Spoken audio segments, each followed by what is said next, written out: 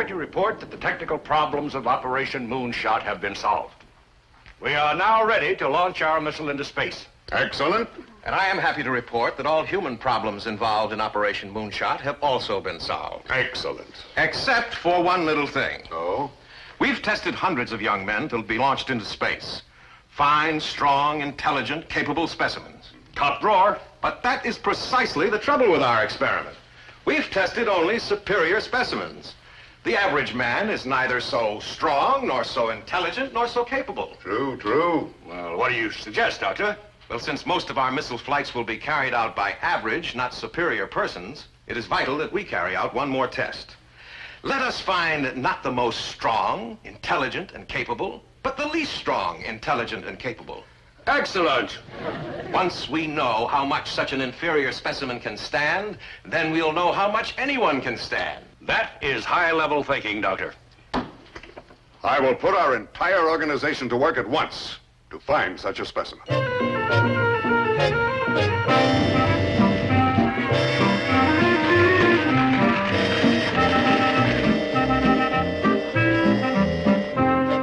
Gentlemen, our calculating machines have been working day and night sorting out candidates for Operation Moonshot. Well, have you found our man? Scientific technology has come up with exactly the man we're looking for.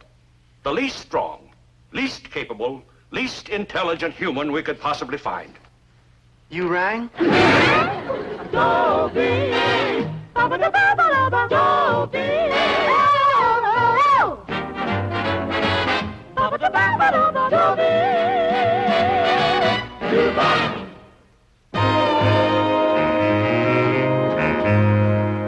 Since I got into the Army a few months ago, I've been proud of many things. The way my platoon shaped up into a real tough fighting outfit, the way our muscles have hardened, the way we've learned to dish it out and to take it, and the stout-hearted way my friend Maynard G. Krebs behaved when he found out exactly what kind of an experiment he'd been chosen for. Let me out of here. I ain't gonna go zooming into that wild blue out there yonder. Let me out of here. Maynard, it's an honor that they chose you. Think of what you'll be doing for science. Let science look out for himself. I ain't heading for the moon. I got enough trouble right here in dry land. Private Krebs, you won't be zooming out anywhere. This is a ground experiment. You'll simply be sealed off in a dummy space capsule to test your reactions. All alone in one of them tin cans? Oh, no, I get like lonesome in crowded movies. Maynard! Oh, you gotta watch him. He's kind of tricky. At ease, Krebs. You won't be alone. There's another participant in this experiment. Corporal Kilroy. Corporal Kilroy? You two will be spending a lot of time together. I'd better introduce you. Corporal Kilroy, will you please? Man, you keep trying to get me to shave. Private Gillis, Private Krebs, this is Corporal Kilroy. Only 3 feet tall and a corporal. Must have relatives up in high places. This experiment is the final dress rehearsal for Kilroy. For a year now, we've been preparing him to be the first chimp in outer space. You're gonna send that poor little two-legged cat out to space, Phil? Don't worry, Kilroy. We'll bring you down safely. Oh, I'm getting like scared. I want to get up there with him, too. Maynard!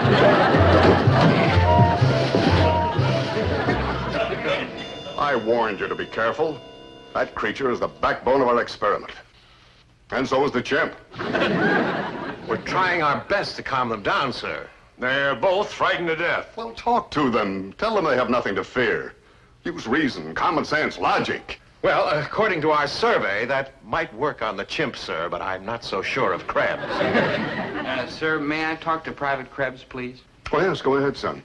Do your patriotic bit to save Operation Moonshot. Yes, sir. Maynard, it isn't often that a fella gets a chance like you're being offered to serve your country, to serve science, to make this a better world. Couldn't I do all them things home in bed? This is the kind of assignment a man should be proud to undertake. If you go through with it, you'll be a better man, and civilization will be better off because of your contribution. Gee, Dob, I'm getting like all misty. There, Maynard. There, Kilroy. If I can do it, you can do it. Krebs and that chimp are going to present tremendous difficulties. Locked in that capsule for a month, there's no telling what they'll do. What we need is somebody to control them. Exactly. Dr. Halsey, you mean... Right. There's only one other man absolutely essential to the success of our space program. Yes. No! Couldn't we, like, trade this gig in for 8 years on KP, huh? We can peel potatoes like nobody's business. Quiet, Gillis, Krebs. Now, I order all of you to stop being afraid. This is only a dummy space capsule. It's never going to leave the ground. The real one is over here. This is the one that's going up into space. Now, you three pioneers are going to be sealed off in this capsule for the next 30 days. That's so we can observe your behavior under the cramped conditions, the endless monotony, and the terrible loneliness of space patrol. You'll eat nothing but the concentrated food pellets in this glass jar. Once that porthole closes, you'll be as completely cut off from the outside world as if you were actually racing towards the moon. But couldn't we make it like a short trip like the Cleveland? From time to time, we'll observe your behavior through the porthole. Any more questions before we close the porthole? Yes, sir, Colonel. I have like a question.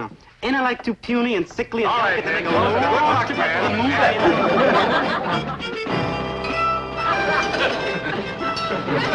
Welcome to Insecure Airlines. Maynard. Care for some chewing gum? Look. Coffee to your milk, sir. Maynard, take a nap. Wake me when we pass Cleveland. Maynard.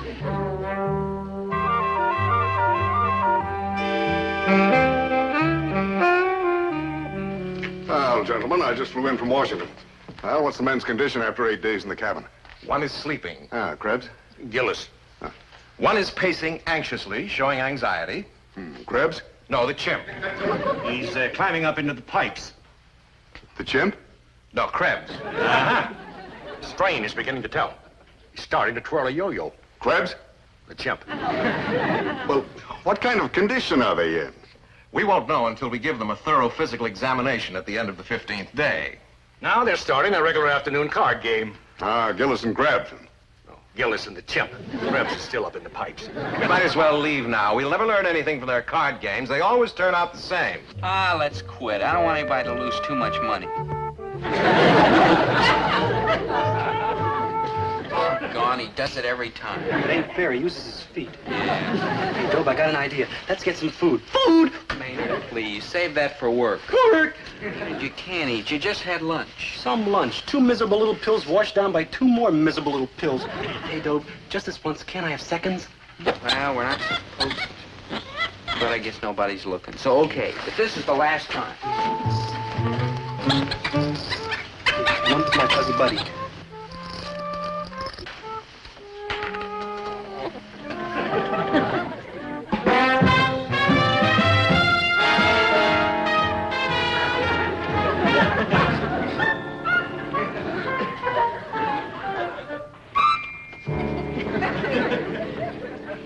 Like bloom time, huh, fuzzy buddy? Me too. We're stashed away in this outer space tin can like a bunch of sardines. Sardines? Oh, nice, juicy, oily sardines with rye bread and butter, and chocolate cookies and donuts. And energy, Krebs. You are a hungry dreamer.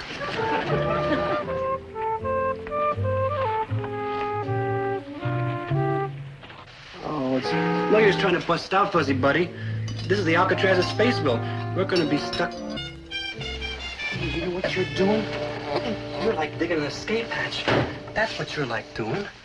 Oh. Ooh, and you know what's out there, fuzzy buddy? You know what's out there? Food. Food! Ooh, like, wow. Oh, boy. And no, I can't do it.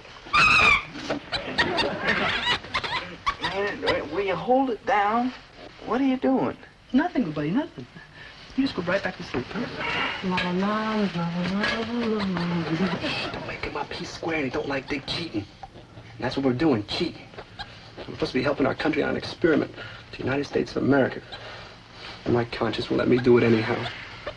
But my stomach's growling so loud I can't hear my conscience. Well, if I go, they'll shoot me for a deserter. Of course, if I stay, I'll be so skinny they won't have nothing to shoot. Oh, Maynard G. Krebs, what are you? A strong, patriotic, self-sacrificing, heroic coward who's going to help his country? Or a weak, cowardly, wishy-washy, hungry coward who's going to find himself a big, sizzling, succulent, savory steak to eat? And I just answered my own question. Come on, we'll go get something. You wait here till I get out first. Wait.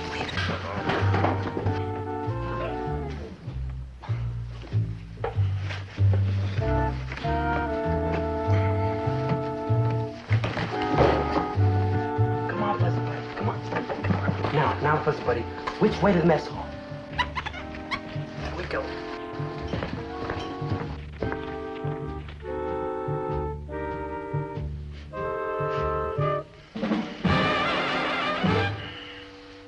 Maynard? Yeah, good buddy? Maynard, I must be dreaming, but what a dream. I smell roast chicken and potatoes swimming in butter and hot apple pie. Man, you're sure dreaming up a slew of kicks. You better head back to Sleepsville. Hey, Dobe, since we're stuck with them little white pills, and since we're all American type heroes, we ought to like to use willpower and never give way to light temptation. Maynard, where'd you get that roast chicken? Hey, you're starting to talk real good.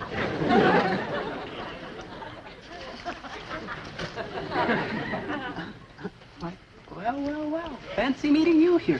Why'd you tell me he was here, you little think? Nice going, Maynard. Now you ruined the whole experiment.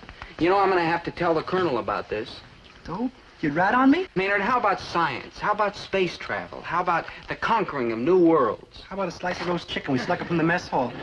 Dope, you wouldn't squeal on me, would you? It won't be squealing. It's my patriotic... No, Maynard, I'd drag you into this in the first place. I can't rat on you now. You'll never regret it, good buddy, because what's it gonna hurt? I mean, who's ever gonna find out me and the chimp have been eaten?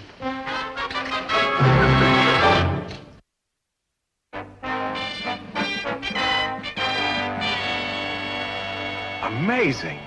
Krebs and the chimp have been in that cabin for 15 days, and each has gained 15 pounds.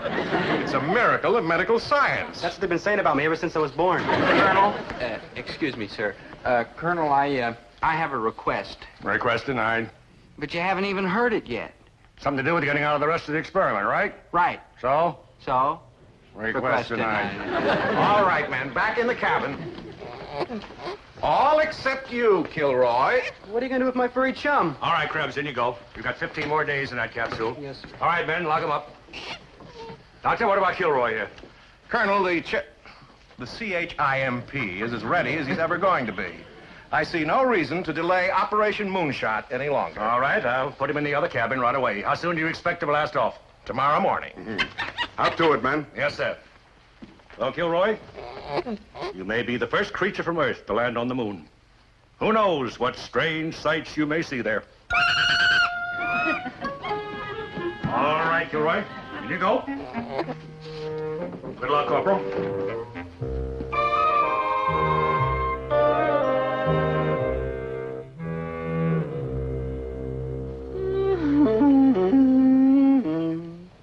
What's wrong, Maynard? No, nothing, Dobe. What is it? I sure miss Kilroy. Oh, yeah. Huh? Now what? I sure am hungry. Yeah.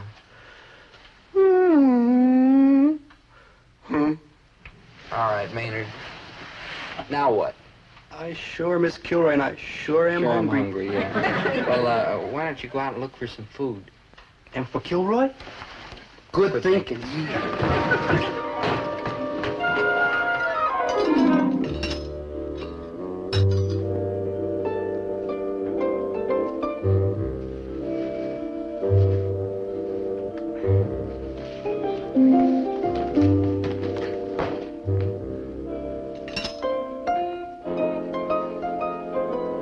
Oh, there you are, Fuzzy Fuzzy. My car, little chump. Come here.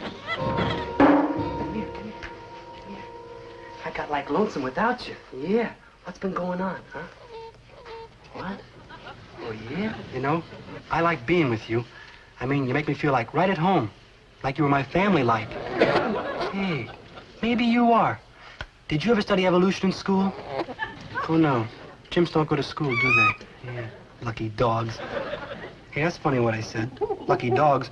'Cause you ain't a dog, you're a monkey. No offense. Well, where was I? Oh, yeah, evolution. Well, in high school, which I got out of 6 weeks ago, which I got into 6 years ago. Anyhow, in high school, I learned all about evolution. Very interesting jazz. You see, men and monkeys all have the same ancestor. Darwin, I think he is. And he believed in the survival of the fattest. Fittest, yeah, fittest. Well, in evolution, I learned all about how the species developed. You know, like elephants and tigers and people and goonie birds. You see, the lowest form of life is the one cell. And, of course, if you've ever been in jail, you know how low that is. Anyhow, about this evolution jazz. You and I are kind of like alike, only we're different, too. For instance, you got hair all over your body, and all I got is hair here in my chin. Of course, if I let my beard grow long enough, I'd have hair all over my body, too, but we'd still be different. I mean, I'm superior to you. No offense. I mean, let's take the things you can do and the things I can do. What can you do? Well, let's see, you can climb trees and peel a banana and turn somersaults and ride a bicycle, simple things like that.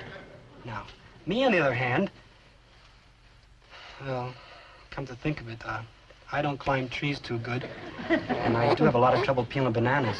I usually have to get Dobie to help me. And if you want to know the real truth, I ain't the greatest at turning somersaults. But I do know how to ride a bicycle. Well, it's not a bicycle exactly. It's more like a tricycle. I wonder why they keep telling me I'm superior to you. Well, it says so in the book, so it must be true. On this planet anyhow, and but where you're going, Fuzzy Buddy, things might be different. I mean, on the moon and Mars and all like that, maybe you'll be superior.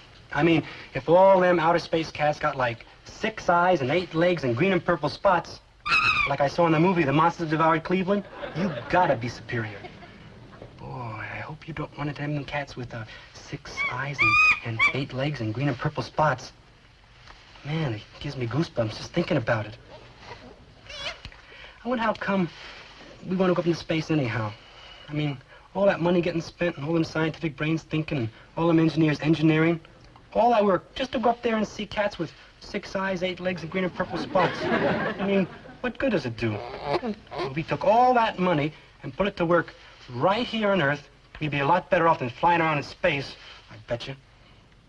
Gee, think of the good things we could do. Like curing the common cold and getting hi-fi sets for everybody in the whole world. Man, what a swinging planet we'd have. Ooh, yeah. Everybody dancing and nobody sneezing. You can have it, Fuzzy Buddy. If there's one thing I am, it's glad that I ain't gonna go whooshing out into space. No, sir. Not me, Maynard G. Krebs. No, sir. Never, never, never.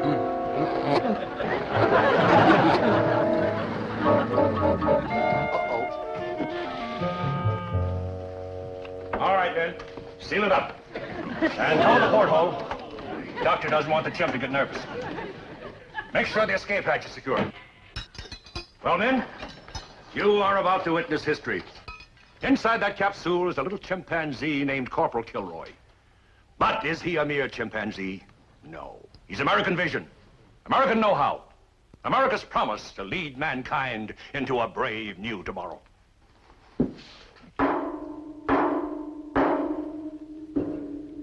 You know what that is? That's little Corporal Kilroy trying to get through to us. And do you know what he's trying to say? Let me out! Let me out! He's trying to say, stand by, Moon. Here I come. All right, Ben, this work can be done. That capsule must be out to the launching pad immediately. We blast off at dawn. Exactly 3 hours.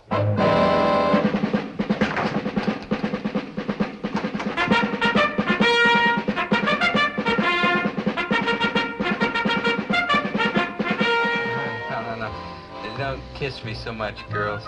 You'll have to stand in line. And your hot breath is melting the buttons on my astronaut uniform.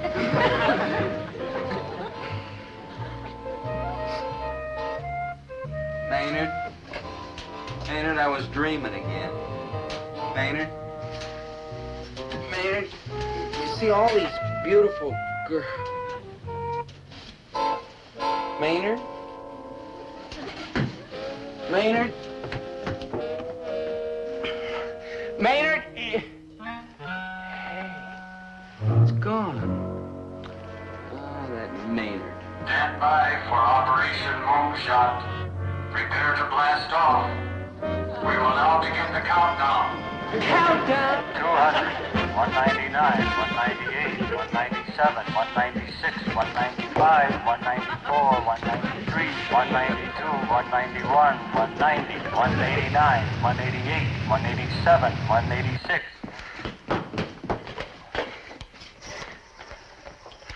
Post operator. Hey, operator, get me the control tower at the missile basin. Hurry, please. What number are you calling? I don't know the number, but it's a control tower.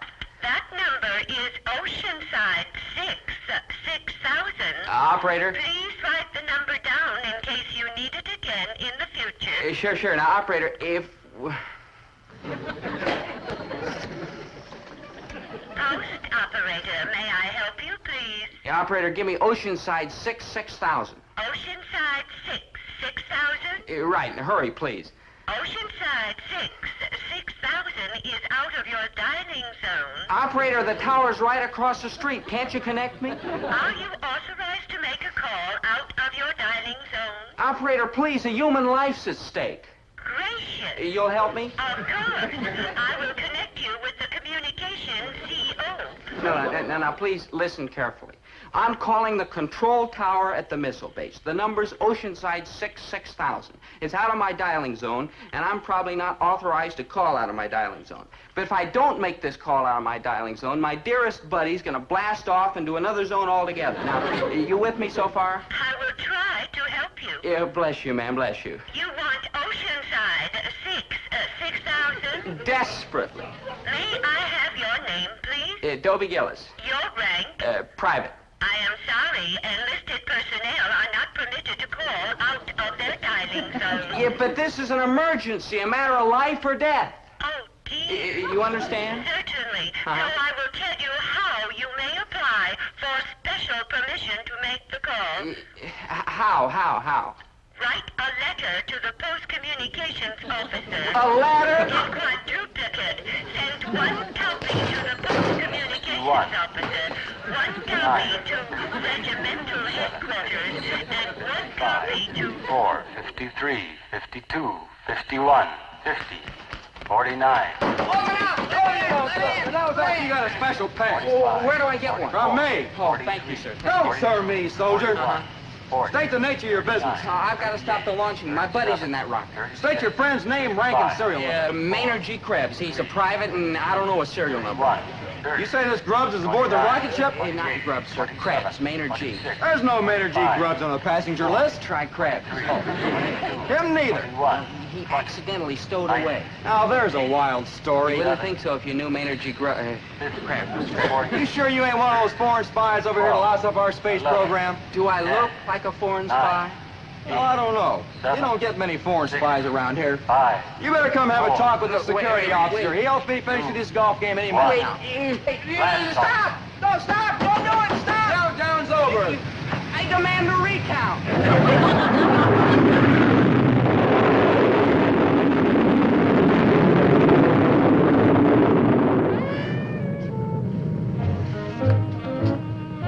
Goodbye, Maynard, old buddy. Dearest pal and crony. Astronaut. Satellite rider. Moon visitor.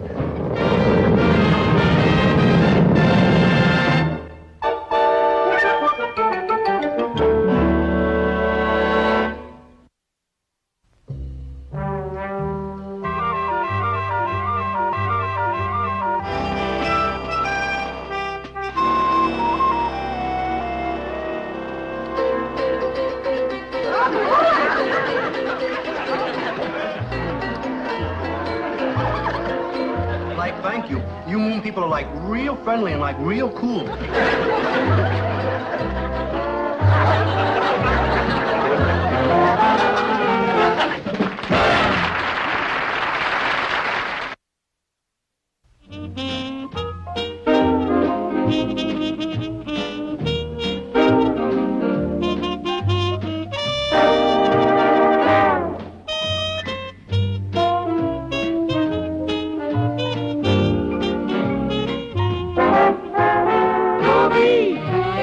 Once a gal who's dreamy, Dobie. Once a gal who's creamy, Dobie. Wants a gal to call his own. Is she blonde? Is she tall? Is she dark? Is she small? Is she any kind of dreamboat at all? No matter, he's hers and hers alone. 'Cause Dobie has to have a girl to call his own.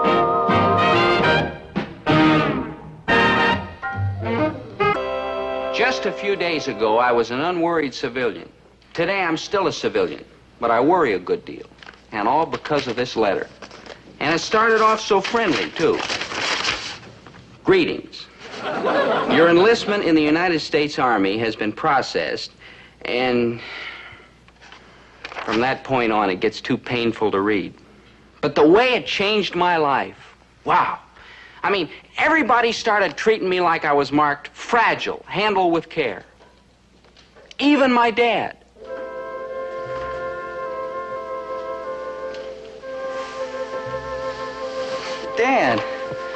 Dad, what's wrong? Oh, nothing. I was just. You just what? I just, came in to tuck you in. Tuck me in? What's wrong with that? I mean, what's so strange about a father wanting to tuck his son in? Oh, I wish I had a buck for every time I tucked you in. I could retire and go to Acapulco and loll around on the sand with all those rich folks. Not work my fingers to the bone trying to support a kid who doesn't appreciate it when his old man wants to tuck him in. Okay, Dad, okay. Here. Tuck me in.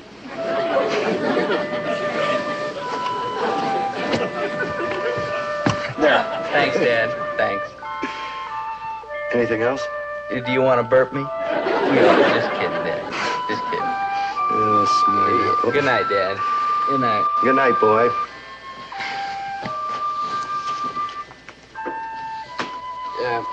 Something you wanted, Dad? No, I just... Oh, well. Good night, Dad. Good night. Night. Good night, boy. Anything you wanted? What'd you have in mind, Dad?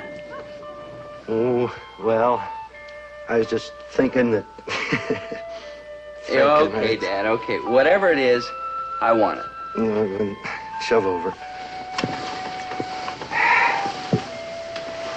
Gee, I've done this a lot of times, too.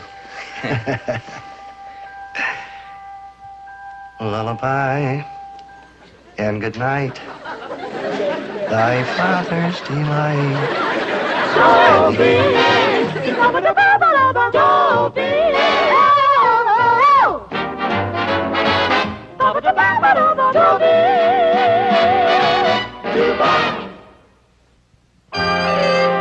Yep, that's one way my father's been acting lately.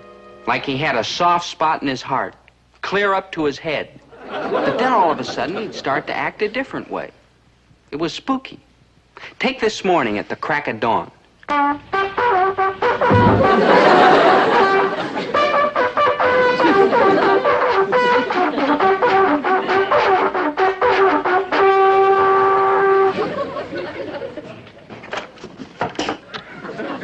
Herbert T. Gillis, have you gone completely out of your mind? Don't you know that it's 5 o'clock in the morning? Of course I know it's only 5 o'clock in the morning. That's the whole idea. Dad, what was that terrible tune you were playing? That was not a terrible tune. That was reveille, and you better get used to it, boy, because when you get in the Army, you're going to hear it every a.m. at 5 o'clock as long as you wear that glorious uniform. 5 o'clock every morning? Right. I'll flip. You will not. No son of Herbert T. Gillis flips in the Army. Besides, this is just part of a hot plan I got to break you in gradual to all these new GI things. A hot plan? Well, it better not include me. It does not, Winnie. Dismissed! Back to bed, dude. Well, that's better. Not you. Come here. Now, look, in a few days, you're going into the Army, right? Right. Why, until you leave, we're going to run this place like the best spit and polish outfit in the whole United States Army. We got to toughen you up, boy, toughen you up. We do? Sure, and you're going to love it. Up every morning at 5 o'clock, calisthenics, manual of arms, field rations, barracks inspection. Barracks inspection? Sure, that's where you're going to live. Oh, and you're going to be way out in front of all those new recruits. Why, when you get new recruits, hey, maybe we better get Maynard in on this. After all, he's going into the Army with you, and he might as well have the benefit of my experience, too.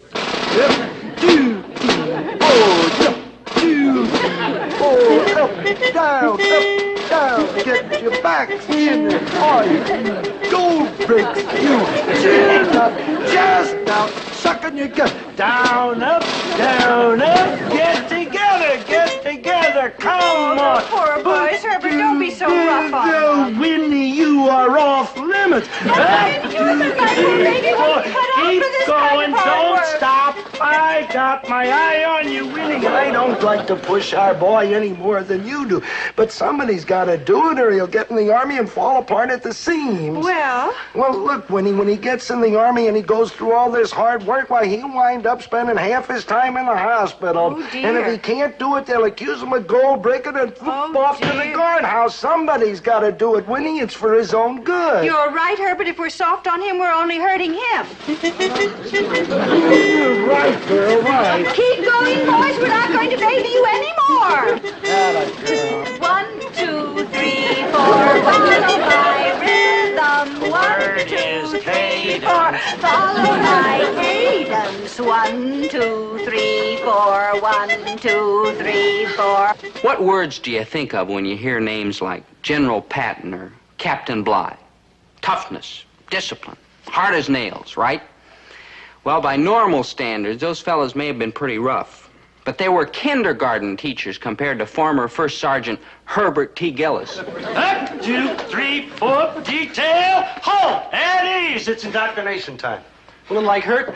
Maynard, indoctrination is strictly mental. It'll like hurt. Now, pay attention, boys. The Army's no hayride, you know. A sound mind and a sound body. That's what you need. Right.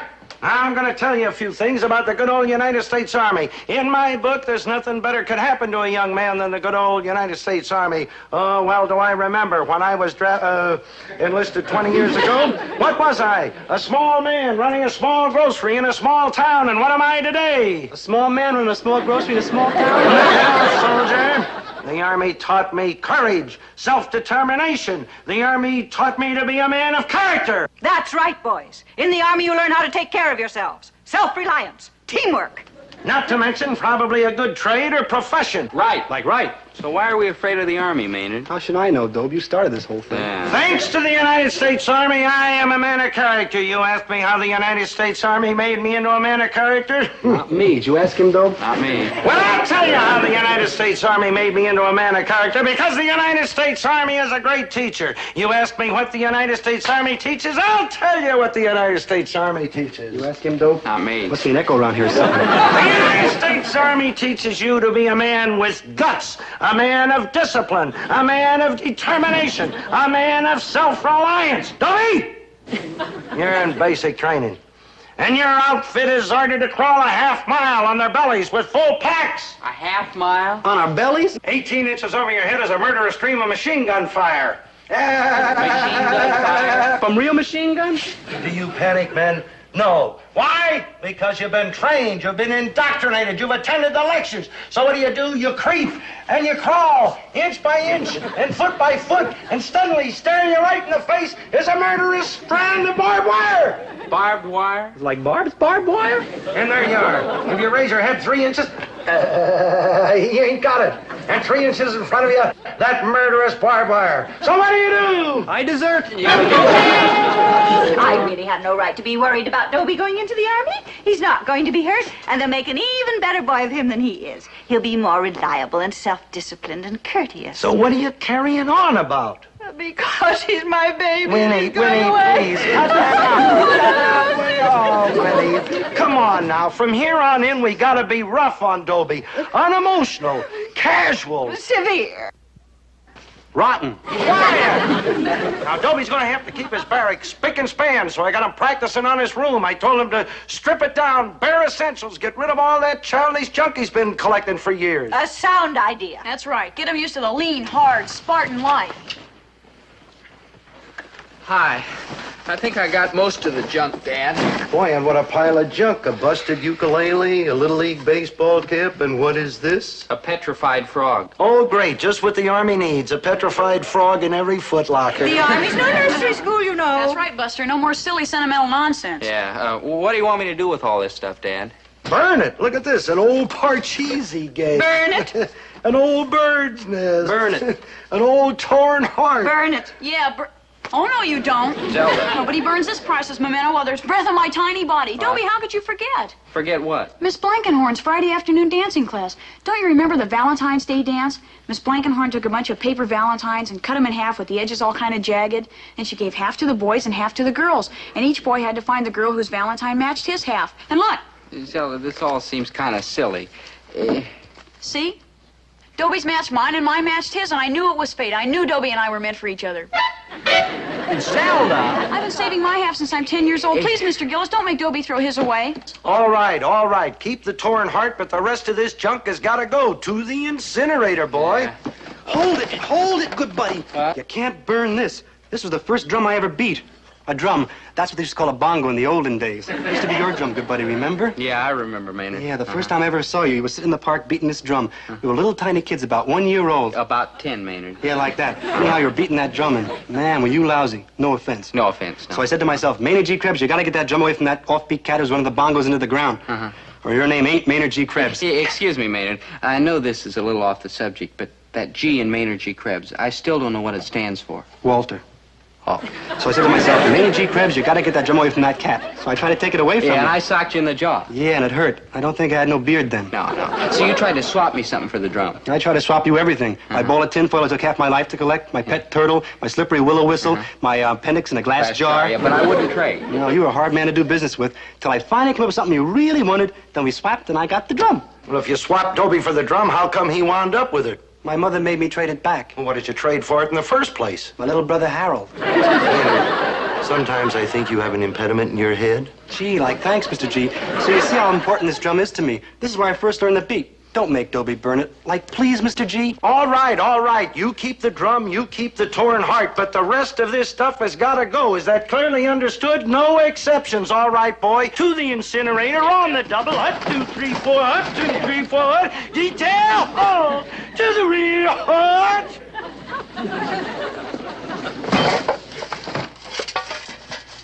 You were going to burn these? But, Dad, you said to take all this stuff to But the I incinerator. did not say you should burn a man's cherished memories. Cherished memories? This beat-up old pair of shoes? For your information, Private Gillis, this beat-up old pair of shoes happens to be the first pair of shoes you ever had. I am not going to have them burned. I am going to have them bronzed. Bronzed? Is that like French dipped? Bronzed, Maynard. Bronze is a kind of metal you cover the shoes with. Metal shoes? I don't know, Dope. Shoes ought to be made out of something like bendy, you know, something like... Like leather? Like each to his own taste. I kind of lean toward canvas. Maynard, you do not have shoes bronzed so somebody can wear them.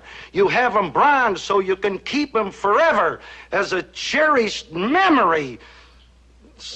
Oh, how well I remember the night I brought these home. It's a little over 18 years ago. I remember the night Doe was born, and I was in the Army then myself, the big war, you know, and I was home on my first furlough.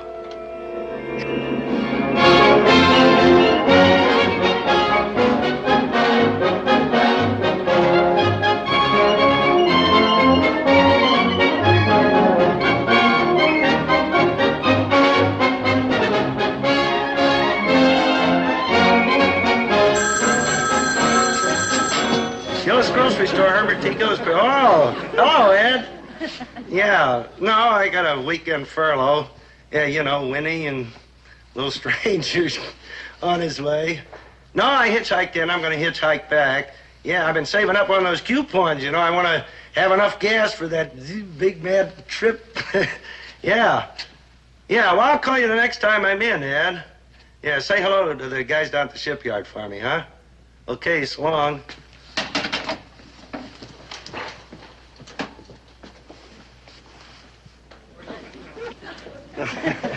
Oh, there you are. I was just going to bring this up to you. It's a little present I got you. It's a bed jacket for in the hospital.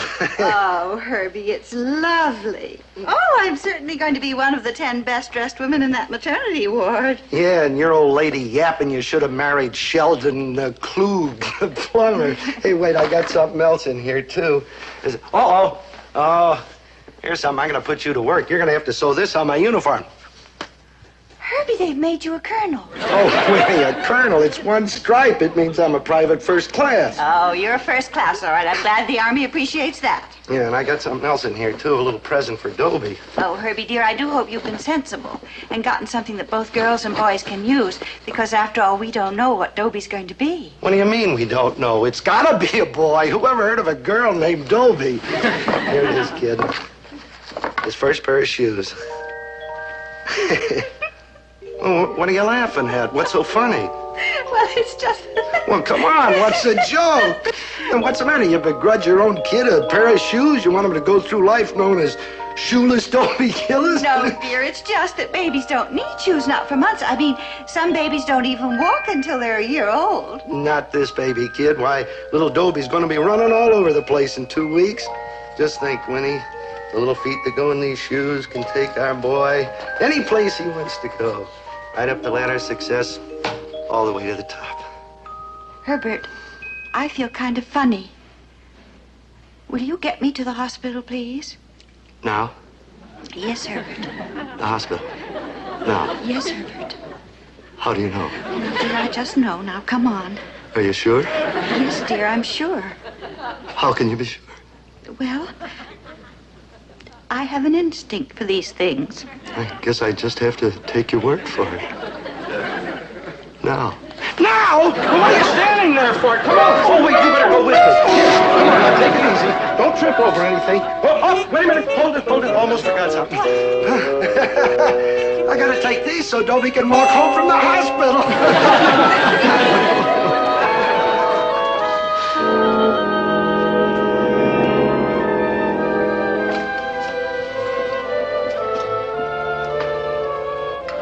Dad? Herbert? Mr. Gillis? Oh, let me alone. Can't a man look at a pair of baby shoes without everybody yapping at him? Yeah, those are my folks, and they really love me. Oh, sure. Sometimes they're a little unreasonable, and they yell at me, and they don't let me have the car when I want it, like that, but... If they really love me, why do they treat me like that? Ah, of course they love me. And love is the greatest thing in the world. Ask anybody. You're wrong, Dobe. The greatest thing in the world is jazz. No, Maynard, the greatest thing in the world is love. Sure, Dobe, like when you love jazz. Yeah, that doesn't compare with loving people. People? Like mothers? Right, Maynard. Like fathers? Right. Like aunts and uncles? Right, and like girls, too. Like bye, Dobe. Maynard, someday you'll learn that loving a girl's the best kind of love there is. It gives you a wonderful feeling, like something running around inside your chest, like some happy little furry animal. Like chipmunks? Yeah, like chipmunks. Like squirrels? Well, yeah, like squirrels. Like beavers? Maynard, beavers are a little big to be running around inside your chest. It all depends on the size of your chest, don't it? Well, yeah, you look I at bet this, even with a little tiny chest like yours, you could get a couple beavers in there if there was all kind of squinched up. Squinched up? Maybe 3. Yeah, look. Well, take bears. You never get a bear in there. Maynard, enough. Hey, go on. Now, you get this wonderful feeling, see? Ooh, man, or a tiger. Man, you'd be in big trouble with a tiger in there. All that clawing and scratching and swinging that big stripy tail. Oh, man, I never want a tiger inside. Hello?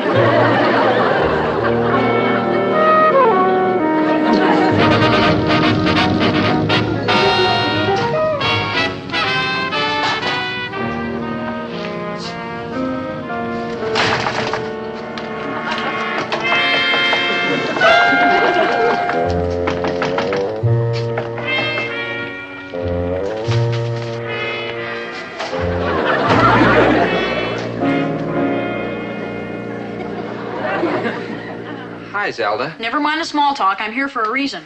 Oh? I know you're worried about going into the Army. No, I'm not. Yes, you are. New world, new life, new problems. Of course you're worried. Well, maybe just a little. Right. That's why I'm here. I'm going to give you some comfort, a rock you can cling to in the troubled days ahead. Like what? Like me. Zelda! Dobie, while you're in the Army, I want you to be absolutely, positively confident of one thing. I'll be waiting for you. Figures. Through thick and thin, through storm and strife, through fair weather and foul, I'll be waiting. Zelda, no offense, but who asked you? Dobie, you mean after all these years you're still fighting me? Zelda, let me put this as kindly as possible. I've always said you're a fine girl and a true friend, and you've got a big heart and a big brain and a lot of perseverance. Right. Brains, heart, guts, decency, loyalty, sweetness. That's me, true? True, but... But you're looking for some pretty, empty-headed little piece of fluff with a heart like a stone and a brain like a raisin. I wouldn't put it that way. Well, I would, and I'm right. When are you going to get wise, you poor dear fool? Now, let's say you find this gorgeous girl. What's the future going to be like? Don't you know that beauty disappears, skin wrinkles, teeth crumble, hair falls out? What do you end up with? A hag with no brains in her shrunken head and no love in her withered heart. Zelda. Take the long view, Look. Poopsie. Take me. What's my future like? Just this. I'm going to get braver and better and smarter and sweeter. The only thing I'm not going to get is homelier. Now, how can you lose? Zelda. No, don't give me an answer now because you're just too dumb. Maybe time will bring a little intelligence to that tiny brain pan. A slim possibility, but we live in hope. Anyhow, Poopsie, I'll be waiting. Zelda! I'll be waiting. Yep, my family and friends. They're a hard bunch of people, all right. They're about as tough as a bowl of mush. And I love them for it. But I've got to admit one thing. When the day finally came for me to go off to the Army, they stuck to their guns. No tears, no demonstrations, no sloppy sentiment. He's coming down now to say goodbye, so don't forget, unemotional. Tough, unconcerned. Casual. Well? This is it. Yes, this is it. That's what it is. It.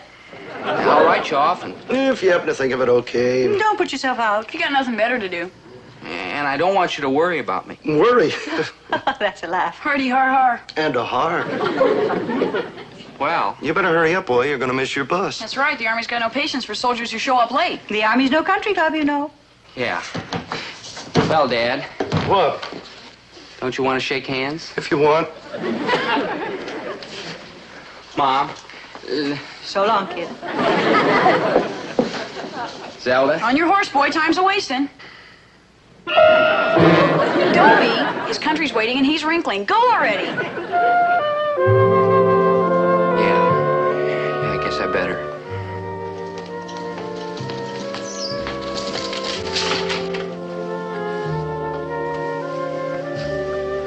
Well, so long. Bye. So long. So long.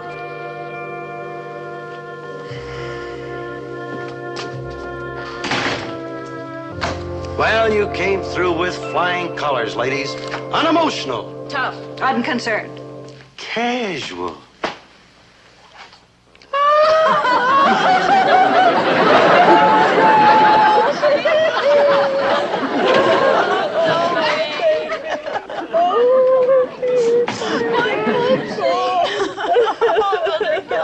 Excuse me, I don't want to disturb. What can I do for you? Well, I did want a can of sardines. Large or small? What's the difference in price?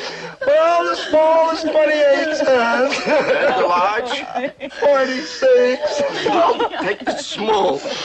Anything else? Half a pound of Swiss cheese. With or without? What's the difference in price? Without is 48 cents. And with?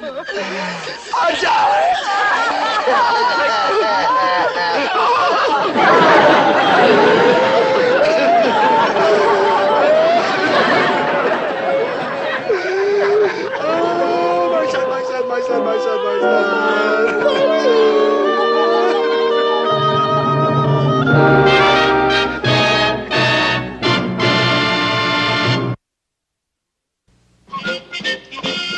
All set, Maynard? All set, good buddy.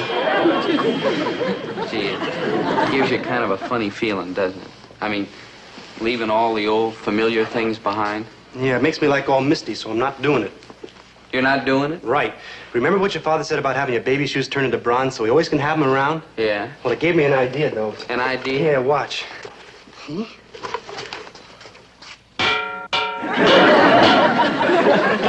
thinking, huh? Good thinking, Maynard. Uh-huh. Dobie, how come nobody else ever tells me how smart I am? Jealousy, Maynard. Pure jealousy. All set? Yeah. Well, we're off. Over hill, over dale, we will hit the dusty trail.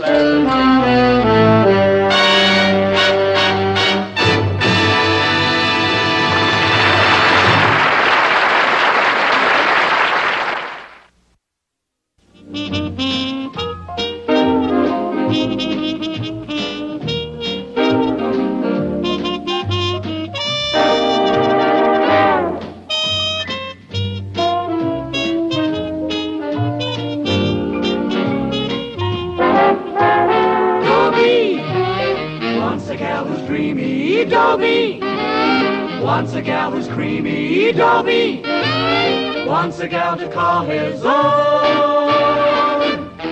Is she blonde? Is she tall? Is she dark? Is she small? Is she any kind of dreamboat at all? No matter, he's hers and hers alone.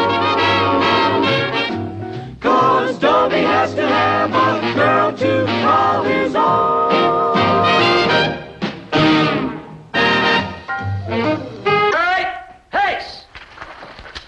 All right, take 5. Krebs, you're still wearing that beard, huh? Yeah, I think so. Oh, yes, right where I left it, on the end of my chin. I told you get rid of it. The chin? The beard.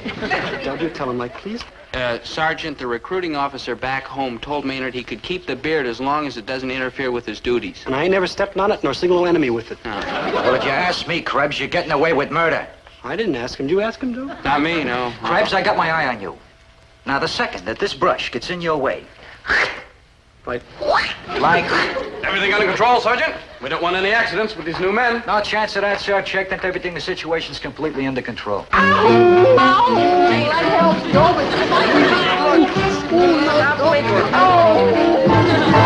what's going on here? What's the matter with this man? Yeah, nothing, sir. He just got his beard caught in the bolt mechanism. Sergeant, see that he gets rid of that beat-up monstrosity.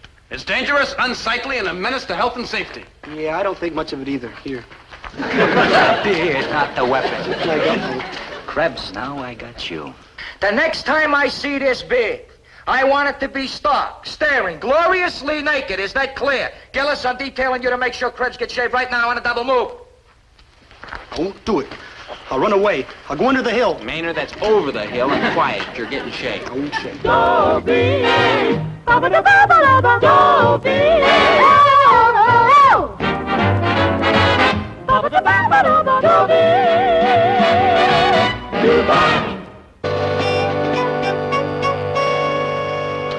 In the short time I've been in the Army, I've learned a snootful about the duties and obligations of the American soldier.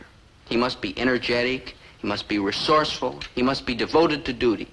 But above all, he must be brave, manly, fearless, and bold.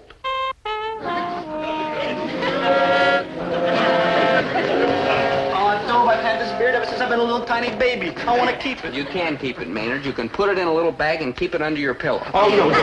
Maynard! No. Maynard, come back here! ain't gonna say it. Maynard, you gotta shave!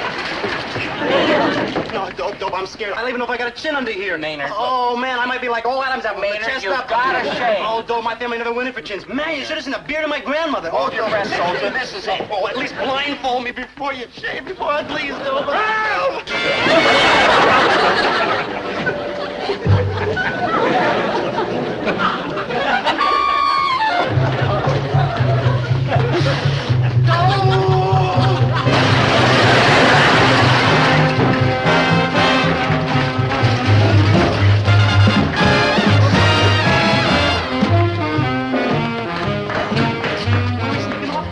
To get you life shaved before the Army finds you home away from home in the guardhouse. I gotta shave, huh, Dope? You gotta shave, yes, Maynard. Look, you're in the Army now. You've gotta knuckle under. You've gotta be one of the boys. With this beard, it's a cinch I ain't one of the girls. Look, Maynard, you're only... Gillis! Krebs! Where are you, you miserable clowns? I'm gonna kill you! Gillis! Gillis! I'm gonna kill you! Men, will you be seated, please? Yes, sir. Hey, Dobe, this is the Army. If you keep standing there with your mouth open, they'll come along and yank a couple of teeth. Dobe. You rang? Your friend would like you to sit down, soldier, and so would I. Forgive me, my angel in khaki. Sir. Next, we will take up the subject of the rights and privileges of the soldier. How I'd love to hold that soft velvet hand in mine. That's going to be kind of tough between salutes. Yeah, I almost forgot she's an officer and I'm an enlisted man. She's not allowed to have anything to do with me. What a rotten break. Cheer up, Dobe. A lot of people won't have nothing to do with me, and they ain't even officers. Maynard, I could raise myself to her level. I could go to officers' candidate school. I could become a lieutenant. I could be a giant if I was 4 feet tall. Sure, why couldn't I be an officer? All it takes is hard work and perseverance and the ability to learn lots of things real fast. And I just answered my own question. Now, which of you men is going to discuss the rights and privileges of the American soldier? And what about you, soldier? Like me, sir? Yeah, he's Private Krebs. I'm Private Gillis, Private Dobie Gillis. Lieutenant, I'd be more than happy. At ease, Private Gillis. Yes, sir. Let us proceed, Private Krebs. The rights and privileges of the American soldier. The Rights and Privileges of the American Soldier by Private Maynard G. Krebs. You know something, Lieutenant Ma'am, sir? What? We ain't got none. Of course we have. In civilian life, I was a practicing attorney, and I can tell you that an American soldier is above all a citizen of the United States. He's entitled to such rights as religious tolerance, the right to vote, the right to military justice, including the right to demand a court-martial. Court-martial? That's like a right? It certainly is. Oh, no, sir. Court-martial, they like lock you up in the guardhouse and all you get is old moldy bread and water with little green bugs in it. You got it all wrong, Private Krebs. What if a hypothetical recruiting officer told a hypothetical soldier that he could keep his beard, but a hypothetical sergeant told him he had to shave it off? Could he like demand a hypothetical court-martial instead? Maynard, you're talking yourself straight into solitary confinement. You state an interesting example, Private Krebs. Certainly the soldier could take it all the way up to a court-martial. Like a As a matter of fact, there was a very similar case right here on the post last year. One of the soldiers refused his GI haircut. Like a Quit before they get here with the handcuffs. He took a court-martial and was defended by an enlisted man in his own platoon. And he like won, huh? What a trial it was. And he like won, huh? It was a magnificent display of democracy in action. And he like won, huh? Well, no, he lost. But it was a fascinating court-martial. He like lost, huh? He spent the rest of his life in the guardhouse eating old moldy bread and water. Well, that's not the way it turned out at all. The soldier was given a very light sentence, and the enlisted man who handled his case was sent to officers' candidate school. He like lost, huh? Well, farewell, old chum. Lieutenant, did you say that the fellow who defended this other soldier was sent to officers' candidate school? Right. He handled the case so beautifully, they felt he was officer material. He like lost. And now he's an officer and he can date other officers, like, for instance, you, Lieutenant? And he like lost, huh? Oh, well, that's all for today, men. Report back to your barracks. Class dismissed.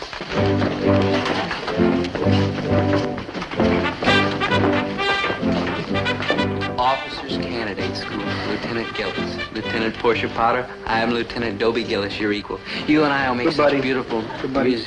You were right all along about my beard. I'm gonna find a razor and naked Chinsville. Shave off your beard? Yeah, I'm getting tired of people coming up and trying to buy cough drops off me anyhow. Maynard, that's not a beard, it's a sacred principle. Well, I'm gonna lather up and goodbye, sacred principle. Maynard, you will touch that beard over my dead body. Show me one place in the Constitution where it says an American citizen cannot have a beard. Like right here, I'll go home and read the Constitution. You know what that beard is? It's constitutional. That's what it is. Good buddy, you're all brain. I mean, you're up there with Socrates, Pluto, and Mort Saul. Thank you, Maynard, but you haven't seen anything yet. Just wait till the court-martial. Court-martial? Uh-huh. Good yeah. buddy, if a naked chin cat walks up to you and says like hello, it'll be like me. Look, sit down. You've got to trust me. We'll win this case. Like we'll? Right, the two of us together. Oh, dope, good buddy, you're all heart. I mean, locking yourself up in that old, damp, dark, scary old cell with your old buddy. No, Maynard, you don't understand. I'm not exactly going to the guardhouse with you. Oh, you're gonna bake me a cake with a file in it? No, I'm defending you in the court-martial. No offense, but I'd rather have a cake with a file in it. Oh, there you are, Krebs. Where? Didn't I know you to shave off that beard? Well, if anything happens, Private Krebs refuses to shave. Oh, you refuse, huh? It's constitutional rights. Look here, Krebs, I know how it is when a soldier's new in the army, and he's homesick and he's scared, but Don't try to crawl out of it, Sergeant. He's going to fight this thing right up to the White House. Krebs, all right, don't move.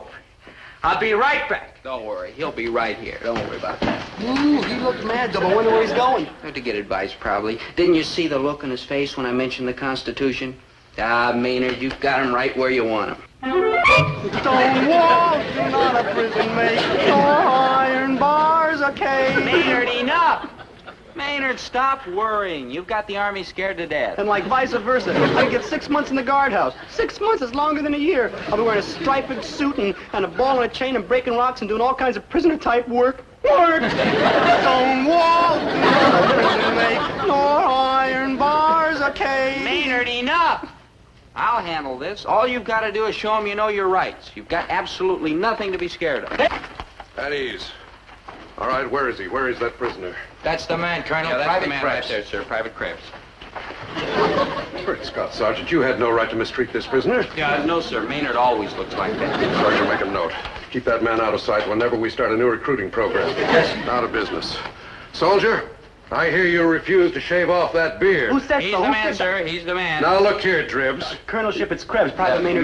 Maynard, I'll answer the question. And who in blazes are you? Private Gillis, sir, in charge of this case. What? New regulations, sir. Enlisted men may serve as counsel for the accused. Now, Sergeant, let me see a list of the charges against this prisoner. Disgraceful. Direct disobedience. That's right. Do you realize you could get 6 months in the guardhouse for this? Calculated risk, sir. Yes, sir. I mean on bread and water. Moldy old bread and water with little green Maynard. bugs in it. And Maynard. stone walls. Maynard, cease and desist. Krebs, I should prosecute you to the limit. But I may go easy on you. Just looking at you, I can tell that you're a rather, shall we say, unusual type of soldier. It's American know-how, sir. Yes. Krebs, a legal officer from the Judge Advocate General's office, is coming here on his regular tour of inspection next week. Now, I don't want him to think that we on this post don't temper justice with mercy, especially in regard to new and, Unusual? soldiers like you. Well, I go with all the Yankee ingenuity, sir. So I tell you what I'm going to do.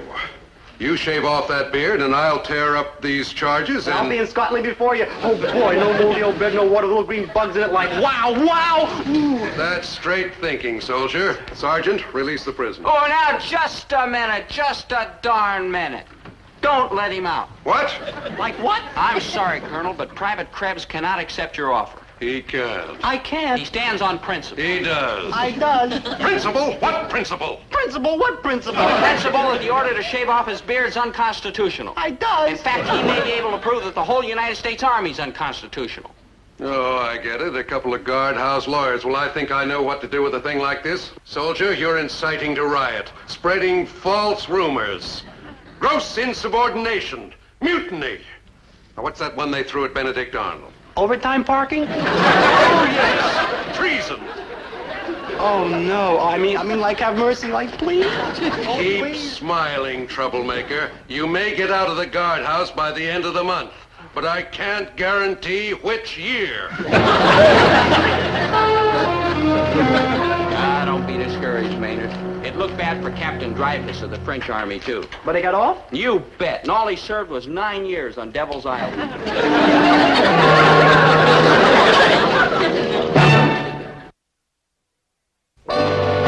They say I got my eyes and chin from my father, and my nose and forehead from my mother. The one thing that I developed all by myself was my big, fat mouth. But I still had one hope. Lieutenant Portia Potter of the Military Justice Department. I hoped against hope that she'd come up with an idea. And she did. Plead insanity. It's a long shot, but Maynard might be just the one to pull it off. Not Maynard, you. How on earth did you ever get him into such a mess? Gosh, Lieutenant, you told us soldiers have rights. I know. It's my fault, too. Doggone it. If only that officer from the Judge Advocate General's office weren't coming. From the head legal office of the Army? Right. He'll be here for the court-martial. Hey, if I make a real smart defense of Maynard's beard, maybe he'll commission me right there on the spot, and I won't even have to go to OCS. We can start dating right away. Gillis, is that why you took on Maynard's case, so you could become an officer and take me out? Well, yes and no. Meaning what? Meaning yes, I would like to be an officer and take you out, and meaning no. Somehow, suddenly, it's gotten to be something much more important than just taking you out. Oh, well, thanks a lot. All of a sudden, I've come to realize that there's a principle involved here. A big principle. You said it yourself, Lieutenant. Soldiers have rights just like any other citizen. Life, liberty, and the pursuit of happiness. And for Maynard, happiness is a bunch of whiskers on the end of his chin. Well, Lieutenant, maybe I haven't got a chance of winning this thing, but I've got to fight just the same. Gillis, you're kind of a nut, but you're absolutely right. Gee, I hope so. I keep thinking of my poor buddy Maynard locked up in the guardhouse while I walk around free as a bird. Tomorrow I'll be home on a weekend pass, and Maynard, where will he be? Behind bars.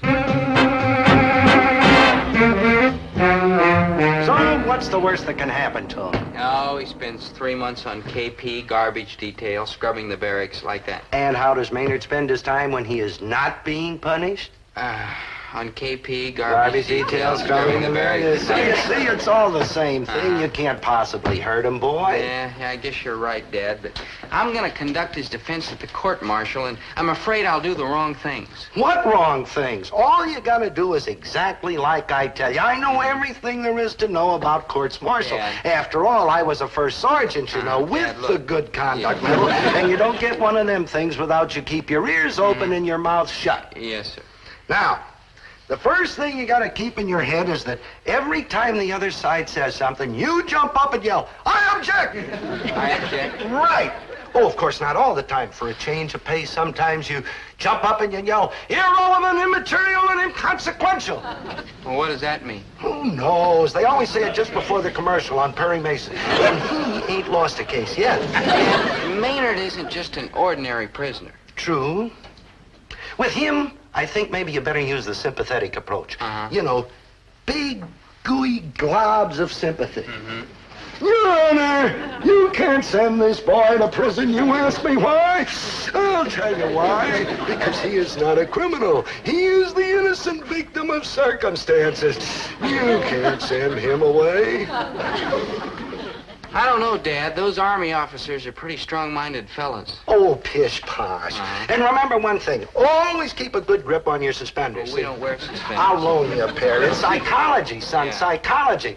A lawyer who's got a good grip on his suspenders has got a good grip on the case he's handling, see? I don't know if it'll work, Dad. What do you mean you don't know if it'll work? It worked for Lionel Barrymore. It'll work for you. You're better. I wouldn't want to hurt Maynard. Oh, don't worry, boy. You got everything going for you. The Gillis brain, the Gillis personality, the Gillis gift of gab, and best of all, Herbert T. Gillis in person. You, Dad? Oh, you bet, boy. I'm coming up to that camp and watch my silver tongue, boy, save this poor, miserable, broken-down yard bird. Exhibit A for the prosecution. The beard of the defendant, Private Maynard G. Krebs. That beard is the cornerstone, in fact, the repulsive cornerstone, on which this case is built. I like object. You can't object. You're on trial. I like object to that, too. Order! And sit down. Proceed, Lieutenant. The prosecution will show, beyond all doubt, that this beard is aesthetically indefensible, militarily unfeasible, and architecturally unsound. In addition, we shall prove that the order to shave this beard was based on military necessity and does not violate constitutional right. Yeah, I object. Overruled. Sit down, Private Gillis. Private Krebs, take the witness stand. Did you or did you not, on the morning of April the 18th, enmesh, entangle, and otherwise ensnarl Exhibit A in the breech mechanism of your rifle, Exhibit B? Would you mind repeating the question and leaving out the part where you pull my beard? Answer the question, Krebs. Did you catch your beard in the breech mechanism? What's a breech mechanism? Sir, I suggest that a soldier who doesn't even know what a breech mechanism is would tangle his beard in his rifle 2 times out of 3. A clear-cut danger to life and limb. Step down. I call Sergeant Wincoop to the stand.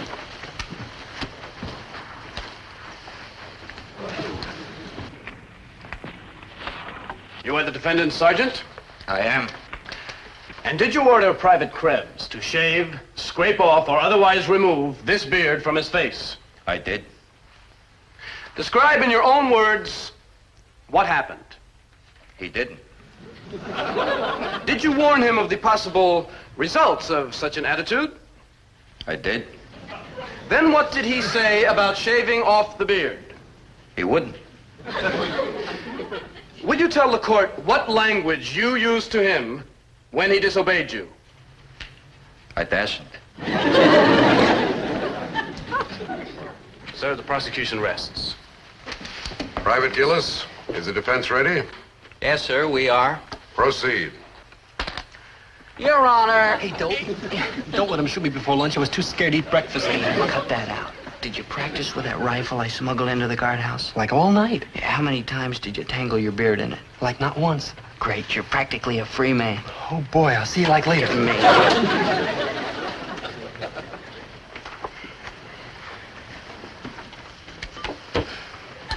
Your Honor, gentlemen of the tribunal, learned counsel. Don't send this boy to prison. Why, you ask? Why? I'll tell you why. Because I shall prove that the order to shave off his beard was not a military necessity. Objection!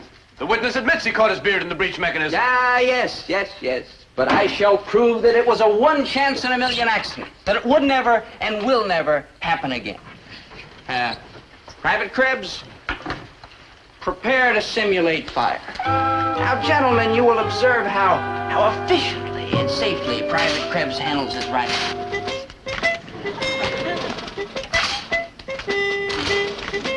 As he prepares... Finish request a recess.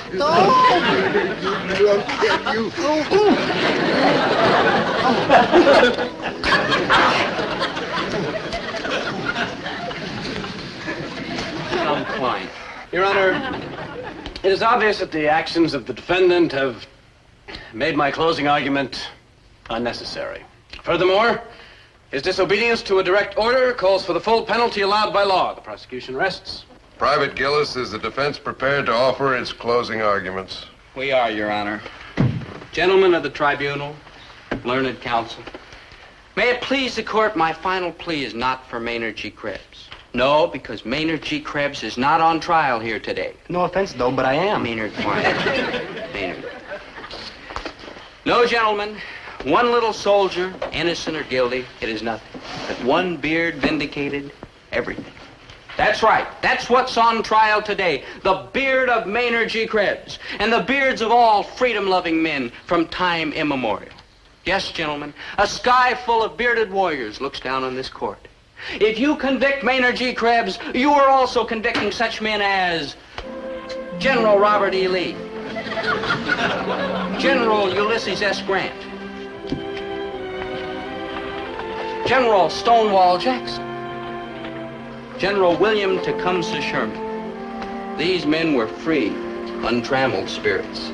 What mattered was their fighting hearts, not what grew on their chins. If they chose to express themselves by wearing beards, who are we to say they had no such right?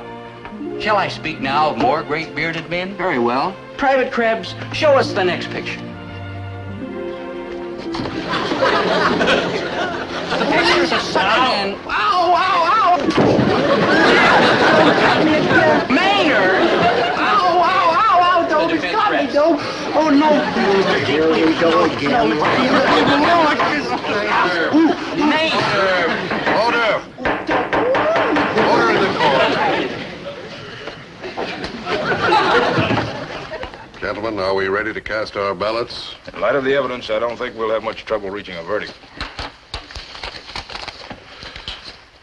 Decision is unanimous. I feel sorry for poor Krebs. He's a pathetic case. We have no choice. Sir, I've just been informed that the officer from the Judge Advocate General's office has arrived on the post. Splendid. He's just in time to see justice done.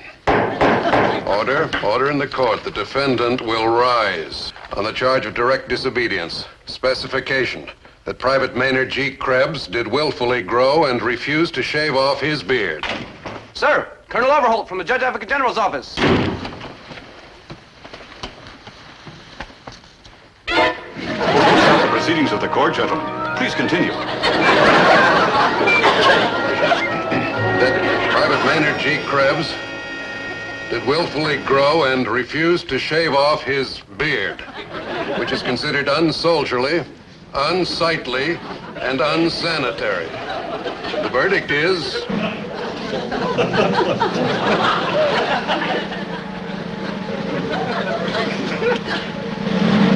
not guilty.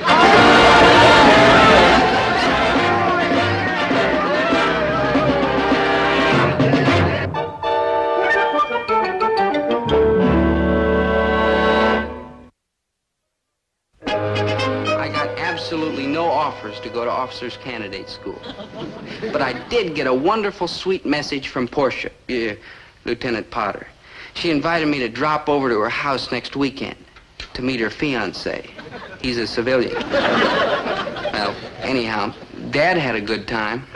Oh, Dobe, I was proud of you today. A real Lionel man, all right? And you too, Maynard. Thank you. Maynard, you really put the brass in their place. Thank you. Can you imagine the guys thinking a puny little beard like this could get in the way with a laugh? Oh, Maynard, what are you doing?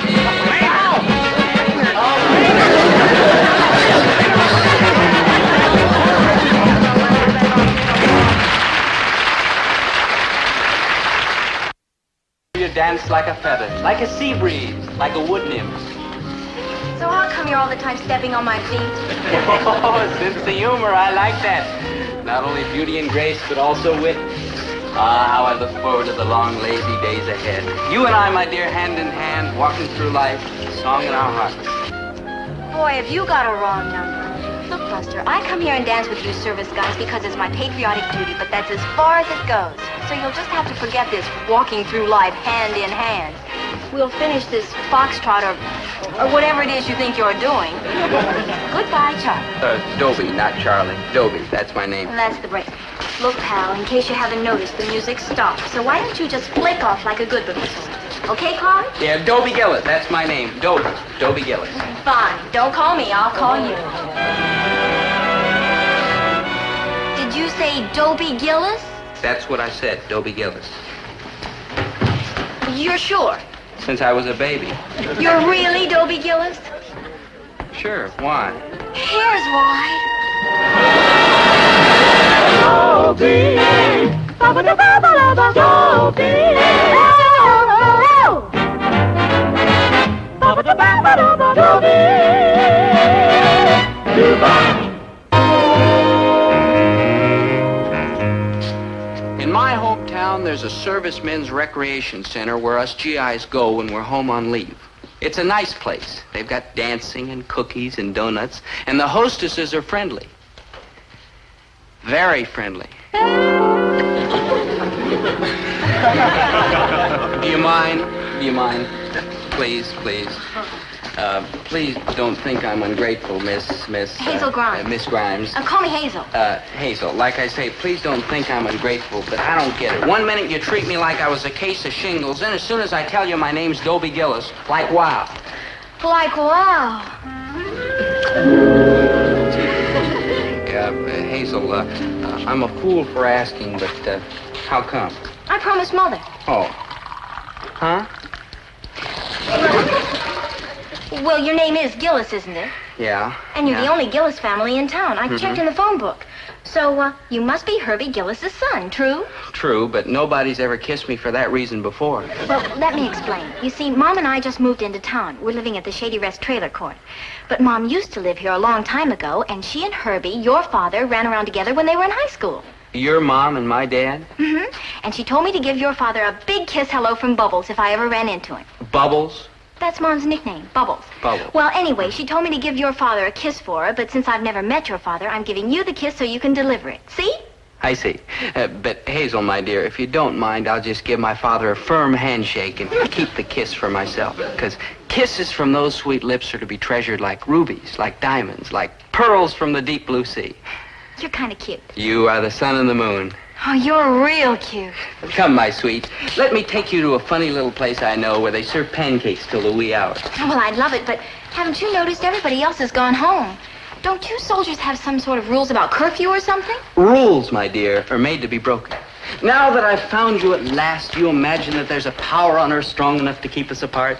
Does that answer your question? What are you doing to my baby? Madam, I am delivering him safe and sound to the bosom of his family, instead of throwing him into the clink for violating curfew, which I have every right to do. Call me sentimental, if you will. But if I were a married man, which heaven forfend, I might have a son this old. Maybe even this dumb. And I would not like to think of him lying in the pokey with hardened criminal types, learning intemperate language and picking up antisocial habits. Violating curfew. Son, I am disappointed in you. A boy like you, coming from a military family the way you do. I was in the big one, you know, WW2. I was a first sergeant with the Good Conduct Medal. Steeped as you are in military tradition, perhaps you can teach this young man that 2,400 hours means 12 o'clock midnight, at which time he's supposed to be off the streets and tucked into his little trundle bed. Sure, Sarge. And thanks for bringing him home. Forget it. Thanks, Sarge. Just another service of your friendly military police. Good night, Sarge. Good night, ma'am. Good night, you wayward boy. Such a nice man. What a shame he isn't married. Yeah, the poor devil. No family, no responsibility, no nagging, no bills piling up. Kind of gets you right here. Never mind the now, Herbert. So how about a few now Dobies? Now, Dobie, what do you mean by breaking curfew? You know what a stupid question that is. What's her name? Oh, she's a wonderful girl, Dad. You probably know the family. Her mother went to school with you. Oh, no kidding? What's her name? Hazel. And she comes right up to here on me. She's a doll, Dad. I don't mean the daughter, the mother. Oh, Herbert, you're cute. Oh, it was kind of a funny name. Oh, yeah, I remember. Bubbles. Oh, Bubble. She must mean some other Herbert T. Gillis. I don't remember anybody named Bubbles. Well, I better get to bed. I got a big day's work tomorrow. Herbert, think hard, Herbert. Bubbles. Surely that sweet, lovely, innocent name means something to you. No, I used to know a girl named Frida. Used to whistle Swanee River through her teeth and eat saltwater taffy at the same time as Bubbles. No, well, I better get to bed. Herbert? That name Bubbles surely means something to me. Bubbles Corrigan? Nope, doesn't ring a bell. You don't recognize the name that was famous all over town along with the name of Herbert T. Gillis? Nope. Well, I guess The Bubbles Corrigan who was caught spooning with a certain gay young blade in a rumble seat outside of the senior dance, and the principal turned on the sprinklers? That Bubbles Corrigan. Well, I haven't forgotten that rumble seat incident. Not in 20 years I haven't And forgotten for 20 years, I have been telling you that that story is all wet. Do you deny that the principal turned on the sprinklers and that 5 minutes later you and Bubbles Corrigan were found standing on the lawn dripping wet? Well, good night, Winnie. Herbert T. Gillis, don't you dare walk out on me. Now listen. Because I am walking out on you. Son, you believe me, don't you? Well... Look, this whole thing is a terrible mistake. I was standing on the lawn when the principal turned on the sprinklers, so naturally... She must be going through the house twice. We ain't got that many doors.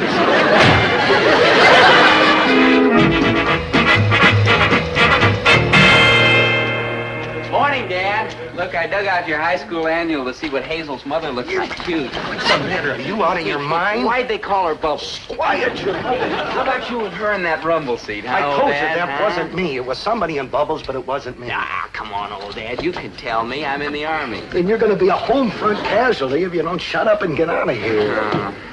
And forget all this stuff about Bubbles, will you? I gotta go meet Hazel, but you can tell me later, old Dad. I tell you, I'll drill a hole in your head and pour it in. Oh, you see.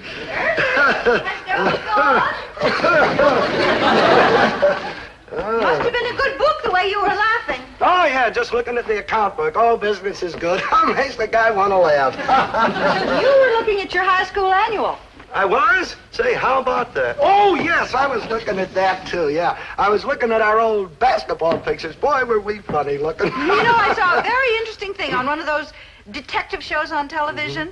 You put a book down like this, and you let it go, and it drops open right to the page where it's just been opened. Oh, Winnie, they dream up a lot of junk on those detective shows. Like here, to Bubbles Corrigan's page. It's like I said, they dream up a lot of junk on those detective stories. Helen Corrigan, the Bubbles, most popular girl. Yeah, it seems to me she did win that year. Well, I got a lot of work. Where did they take this popularity poll? In Lover's Lane? Now, Winnie, don't get jealous. Don't you tell me what to do. If you want to know, I've been jealous of Bubbles Corrigan ever since I started going with you. Winnie, Bubbles got married and moved out of town before I ever met you. Yes, and if she hadn't gotten married and moved out of town, you never would have met me. I always knew you had more fun with Bubbles and that crowd that you went around with than you ever had with me. And now I know that all of these years you've been wishing that you were married to her instead of to me. You are the only girl I ever really cared for, honest and true. You mean that? Well, of course I mean it, and if this old thing disturbed you... It does disturb me. Into the trash can. There. See? Nothing to it. Herbie, darling. Oh, now I feel better. Now I can face the house. Oh, the morning glories are glorious in the morning. And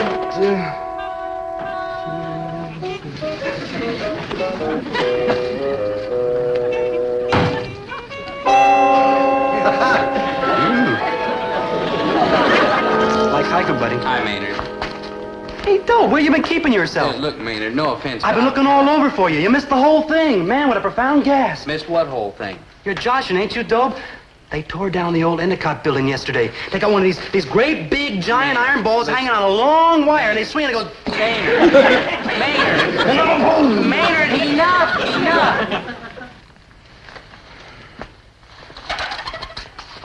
Maynard, as I was saying...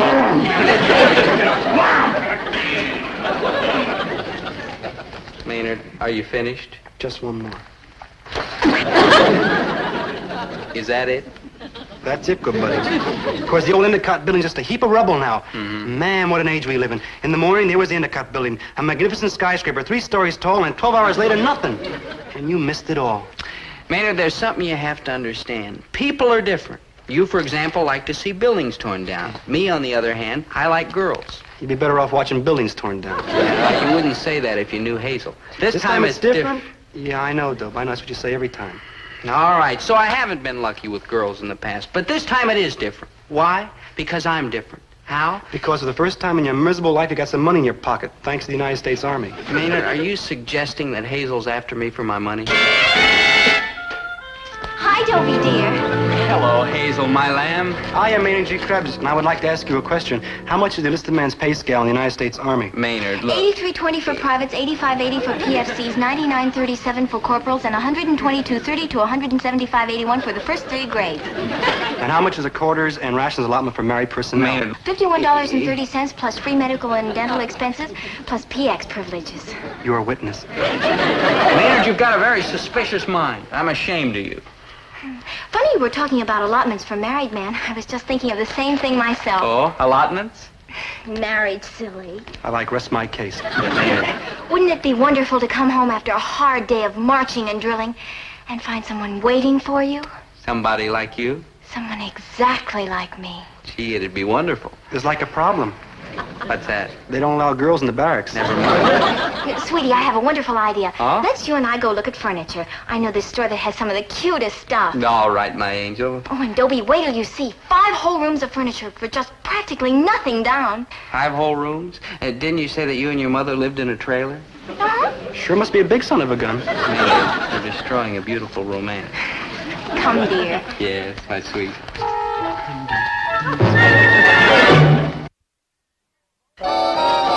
Maynard, go home.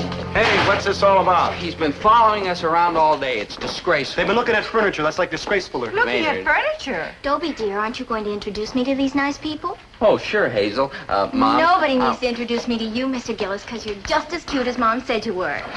Hazel, I want you to meet my mom. How do you do, Hazel? Oh, hello. Mom's all the time talking about the wonderful times you and she had together. She must have a million stories. Oh?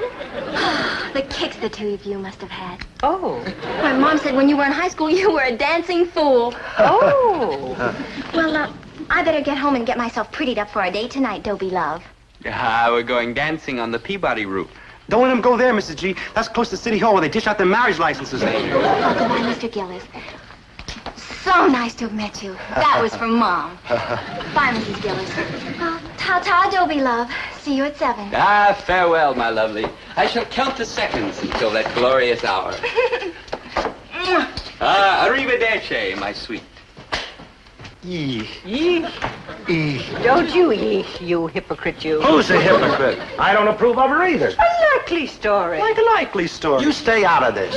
Dad, you don't approve of her? Why, she's the cutest and most popular girl in town. That's the trouble. It's stupid to chase after a cute girl. Oh? Sure, get yourself a girl like your mother. What I meant was, if you get yourself a girl like your mother, you never have to worry about somebody trying to steal her away from you. You're getting me all fouled up. Look, take some advice from your good old dad. Anybody can chase after a cute bit of fluff like Hazel, see? But there aren't many that'll chase after a girl like your mother. Oh. Thank you very much.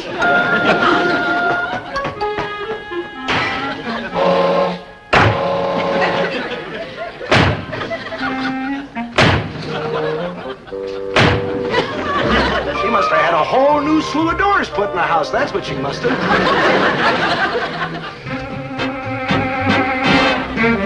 Winnie, I'm telling you for the 1,000,000th time, Bubbles Corrigan never meant anything to me. You are the only girl who ever meant anything to me in my entire life. Honest, truly, honest and truly. Winnie, will you talk to me? You haven't spoken to me in 8 hours. Say something. Will you say anything? Go get dressed to be late for your lodge meeting. Oh, she spoke to me. Oh, she spoke. Oh, Winnie, you're a down. No, she spoke to me. She spoke to me.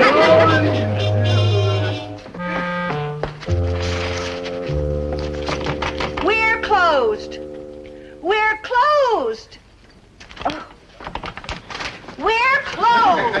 Honey, if you'd been slinging hash like I have for 20 years, you'd be onto that old trick. You Mrs. Gillis? Yes, but I don't I'm believe Bubbles that- Grimes. Used to be Bubbles Corrigan. Maybe you heard of me. Yeah, you heard of me. I think I recall that my husband may once or twice have mentioned your name. I'll bet he did, the old rascal. Hey, where is the old Cuddle Bunny? Upstairs? He's gone to a lodge meeting. Oh, what a pity. I want to see him. I mean, I figure we ought to get to be one big family now that Dobie and Hazel are hitting it off. Huh, sister? Hey, where is this meeting? Maybe I'll trot around there and have a couple of laughs. Cleveland. Cleveland? Ohio, Cleveland? It's a sort of a convention. Winnie, where's my tie? The hand-painted one. Cleveland gets closer by the minute, don't it? Oh, Herbie! Oh, Cuddle Bunny! Cuddle Bunny? Who's that down there? You'll find out in a minute, kiddo. This the way to Cleveland, honey?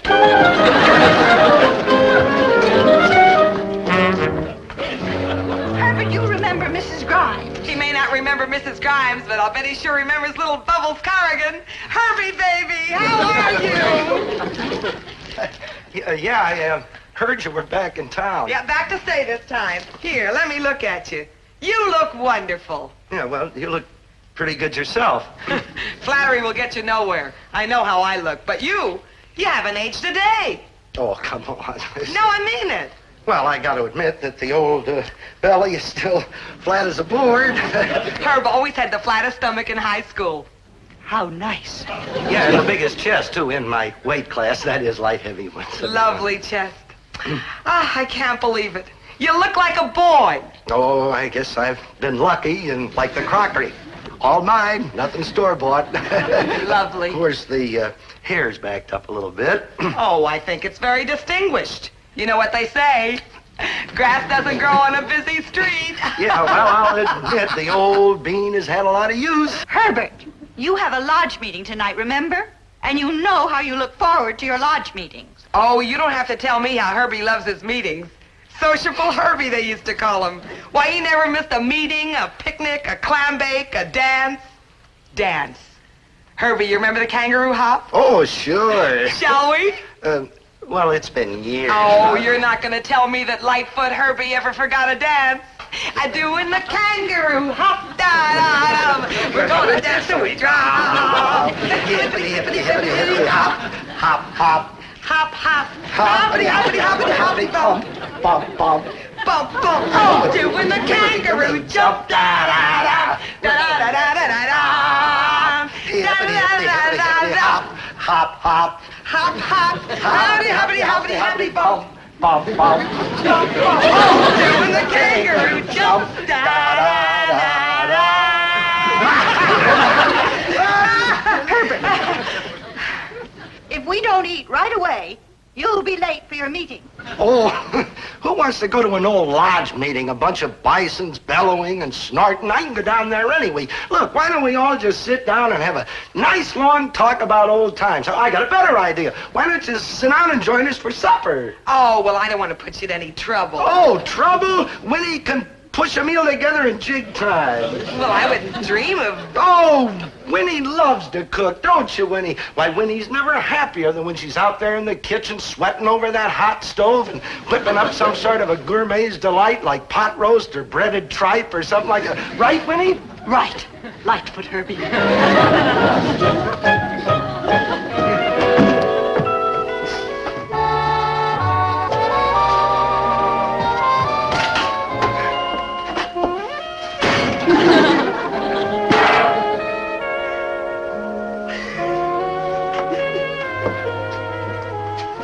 Something the matter, honey? I got on your nerves out there. Sure, that's it. I always do. No, I'm fine. Oh, sure, you got them red eyes from watching television. What is it? What's a woman as lucky as you got to cry about? Me? Lucky? Well, you got a nice home here, a good kid, a swell husband. What more could a woman want?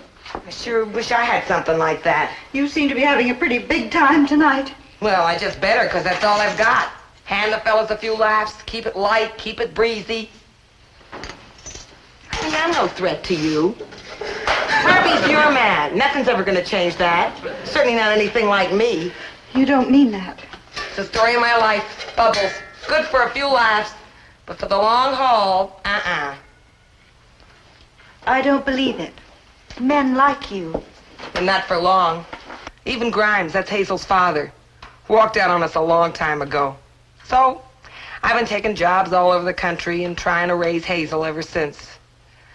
Looks like I'm making an awful mess of that, too. Well, she seems to be a very popular girl. So was I at her age. And look what happened. Oh, dear, you do need a home, don't you? Fat chance I've got. Well, why not? You're attractive. Perhaps, dear, if you don't mind my saying so, if you were a little bit quieter and maybe, forgive me, you dressed a little more conservatively. Thanks for trying, Winnie. But it's too late. A lot too late. Oh, it's never too late. You stick with me. We'll think of something. Thanks, honey. Oh, listen, there's something I want to get straight with you. You know that story about Herbie and me being caught in the back of the car the night the principal turned the sprinklers on? Well, that wasn't Herbie. That was me and another fella. Oh, that's all right, Bubbles. You don't have to try to cheer me up. No, I mean it. It's the truth. I had a date with Gus Bonder that night. And he played football, see? And if they caught him breaking training, they'd throw him off the team. So he ran like a bunny. But Herbie was in that rumble seat. You know why Herbie was in that car? It was past his bedtime. So about 11 o'clock, he sneaked out of the dance, climbed into the car, and went to sleep. No. Yes. And that's when the principal turned the sprinklers on. Oh, no. It was the funniest thing.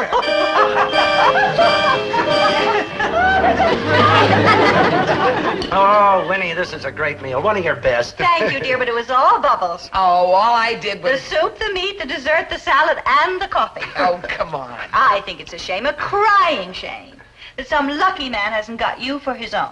Well, that's what I keep telling them down at the diner. This is serious. What we ought to do is find Bubbles a nice, good, steady, honest, reliable, decent man. Excuse me, please. Madam, it grieves me deeply to invade your hearth and home, but I must point out that your son, a private in the United States Army and therefore under military discipline, seems to have violated his curfew again. Madam, isn't there some way we can teach this boy what 2,400 hours mean? Now listen, Hush I can up, Dobie. explain. Sergeant, if memory serves correctly, you said you were a bachelor, didn't you? Yeah, sure. And would you say also that you were a steady, honest, decent, reliable man? Well, I should hope so. Sergeant, I want you to meet a very dear friend, Mrs. Helen Grimes.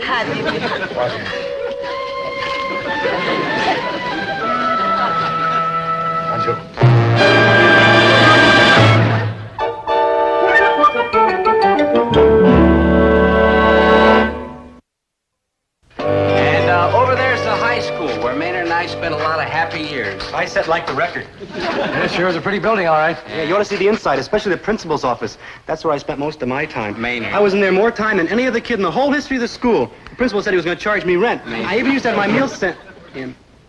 Like Hattie's cribs? Right. Yeah, it sure is a nice little town you boys live in. Sure was a break for me to get stationed here. Hello, boys. Good morning, Quentin. Good morning, Helen. I hope I haven't kept you waiting. Oh, waiting for such a charming lady is a pleasure indeed. Well, good day, gentlemen. Oh, and Dobie, would you try to remember that 2,400 hours is like 12 midnight? Oh, sure, Sarge. My dear.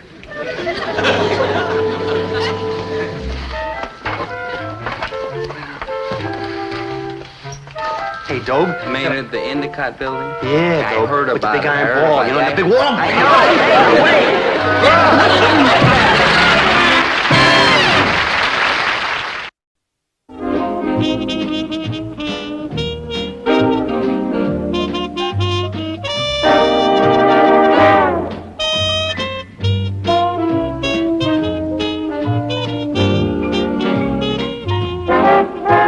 Dobie, once a gal was dreamy, Dobie.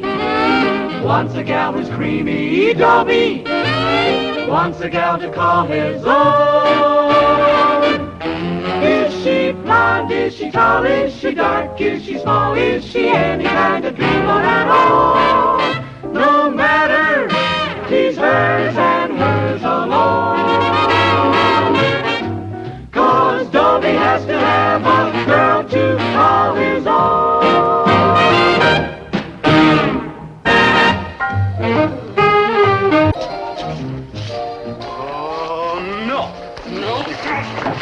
No good, buddy. Don't make me go in there. I'll be like miserable. Maynard, you'll have fun. Are you joshing, man? There's girls there. How can I have fun? Maynard, when are you going to get over this ridiculous fear of girls? I keep trying, good buddy, but every time I get near one chick, I get like around 100 goosebumps. When I get near two chicks, I get like around 200 goosebumps. When there's three of them, I get like around 300 goosebumps. And when there's more than three, all them little goosebumps kind of melt into one huge, big, fat, giant-sized blob. Maynard. Did you ever see a 150-pound goosebump in an army uniform? Maynard, enough! With a beard? Maynard, you're not really that scared of girls. It's all in your mind. Here, I'll prove it to you.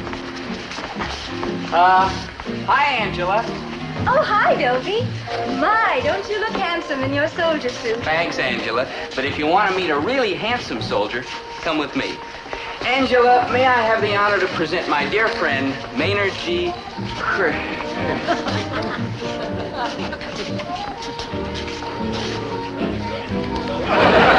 Dobie!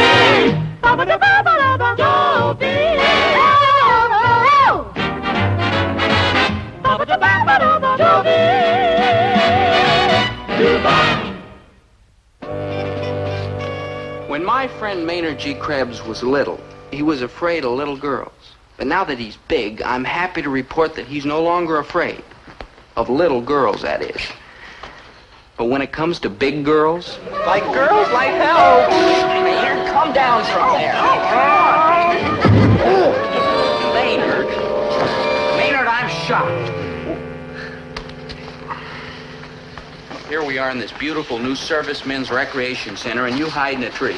Do you know all the trouble Mrs. Osborne went to fix this place up? Mrs. Chatsworth Osborne Sr.? Yes. Mrs. Chatsworth Osborne Sr. with all that money, riches, wealth, and loot? Yes. Mrs. Chatsworth Osborne Sr. with the big wide hills and 58 rooms and 48 baths? And a 15-foot brick wall with broken glass embedded on the top. I bet you're dancing, you nasty boys. Well, you see, Miss... No, I don't see it all. This fabulous recreation center has been donated by a very generous, very high-minded, very patriotic citizen. You, Mrs. Osborne? Who else? For the purpose of giving you servicemen home on furlough a place to enjoy yourselves. And by George, you're going to enjoy yourselves. Now, you will find girls, you will dance, joy will reign supreme, you will be divinely happy. You understand? Yes, sir.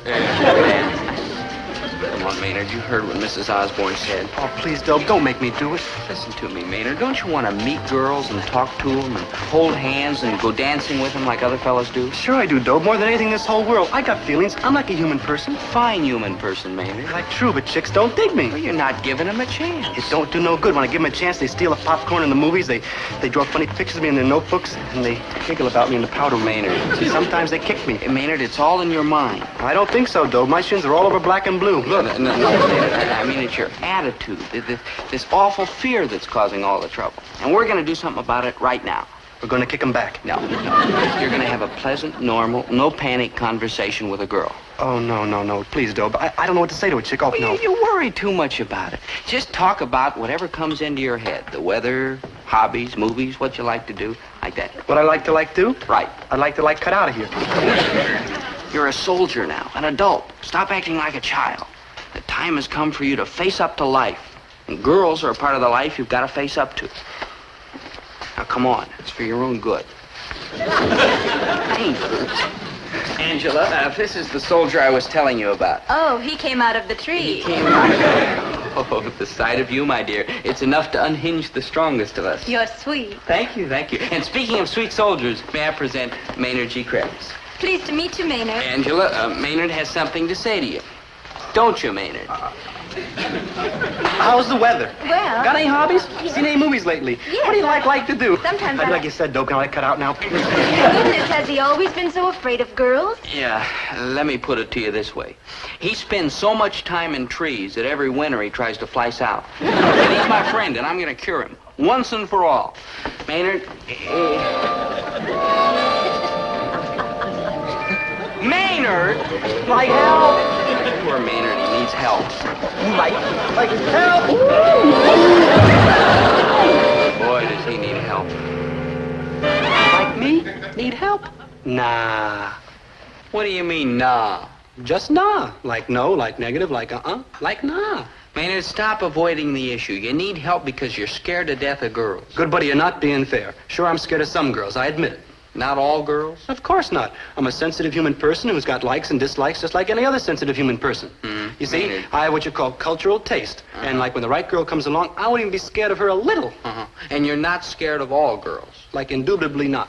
I see. How about that girl, the one on the right in the pink dress, maybe? She's like too short. And the girl she's talking to? She's like too tall. Yeah. How about that girl, Maynard? I don't like big blondes. Yeah, how about this girl coming in here? The same goes for brunettes. How about that girl on the right, that one, the blue dress? Like ditto for redheads. Maynard, forgive me for saying this, You're but, right, good buddy. Yeah. I'm Scared of all girls. Boy, you really need help.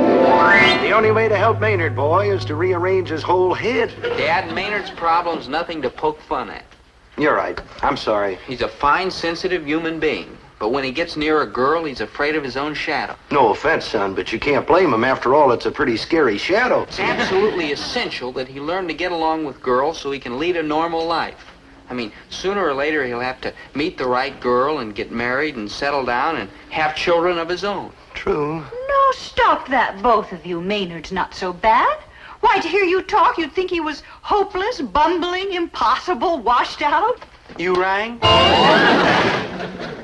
Like, hi, Mrs. G, Mr. G, Dope G. That's you, good buddy. Dope I know, Maynard, I know. Maynard, dear, we were just talking about what a hit you made with all the girls at the party last night. They took one look at me and ran off like bunnies. Oh, no, dear, that was your imagination. They liked you. Like a case of chicken pox. Maynard. I'm a poor schnook who's, like, worse off than anybody. Maynard. I'm like doom, doom, doom. He's right. He's a poor schnook who's worse off than anybody. Hey, Gillis, what's the scam?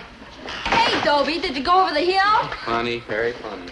Ma says I should get a dozen eggs and charge them. I want some bubble gum and, what new movie magazines you got? Here's your eggs, no movie magazines, no bubble gum unless you pay for them, and goodbye, Jenny. Gee, what a grouch. I didn't even get a kiss from the general. Dobie! Jenny! Here's your movie magazine, and go home. Give me the one with Gregory Peck on the cover and I won't come back for a week. Out. Toss in Marlon Brando and I'll spend all next month with my grandmother in Cleveland. You present a powerful temptation, gal, but out. Hey, they'll let you keep the beard. Let me feel it. Like, hi, Jenny. Like, bye, Jenny. Oh, what a power I've got. I drive men mad with my exotic feminine charm. Hey, give me Marilyn Monroe. Somebody ought to get her with a paddle. What a pity. The poor boy doesn't have an ounce of confidence. Yeah, I wish there was somebody who could help him. Somebody like a good psychologist, maybe. Somebody like a good barber, maybe. No, sir, somebody like us. We're his friends, aren't we? We certainly are. Don't agree so quick. No, Herbert, shame on you. You know you love Maynard. Love Maynard? Love him. I guess I must, or I'd have barred the door on him years ago. There, you see? Sure, Dad, we all love him. Now, let's figure out some way to help him. Right. Now, I always say that the best way to solve a problem is to start at the beginning, so let's start at the beginning with Maynard. First, let's ask ourselves, What is wrong with Maynard? And I withdraw the question. Listen, there's nothing wrong with him that a girl couldn't cure. If a girl just showed one spark of interest in him, he'd be a new man altogether. Boy, you seem to think that the answer to everything is girls. Well, aren't they? I mean, take you. Where would you have been if you hadn't found Mom? Oh, like lost, boy, lost. Before I met your mother, there I was, a poor, pitiful, pathetic bachelor with my pockets full of money, no obligations, no responsibilities, footloose and fancy-free. Kind of breaks your heart, don't it? Now, Herbert. And then along came your mother and rescued me from this horrible condition. And look at me today. Obligations, responsibilities, bills, mortgages, sore back, sore feet. Sore head. Oh, come on, Winnie. You know I'm only kidding. Well, I know, but does Dobie? And as a matter of fact, I'm not so sure myself. Winnie, I wouldn't give up 1 minute of our life together for anything in the world. Oh, it's great not to have any responsibilities. Just think of yourselves. It's great when you're young, that is. But when the years start catching up with you, it can be the most horrible thing that could happen to a man. Living by himself and for himself and, worst of all, son, with himself. Remember that, Dobe. I know it, Dad, and that's all the more reason why we've got to help Maynard find a girl. Well, forgive me, dear, but where will we find such a girl? Well, forgive me, dear, but no place.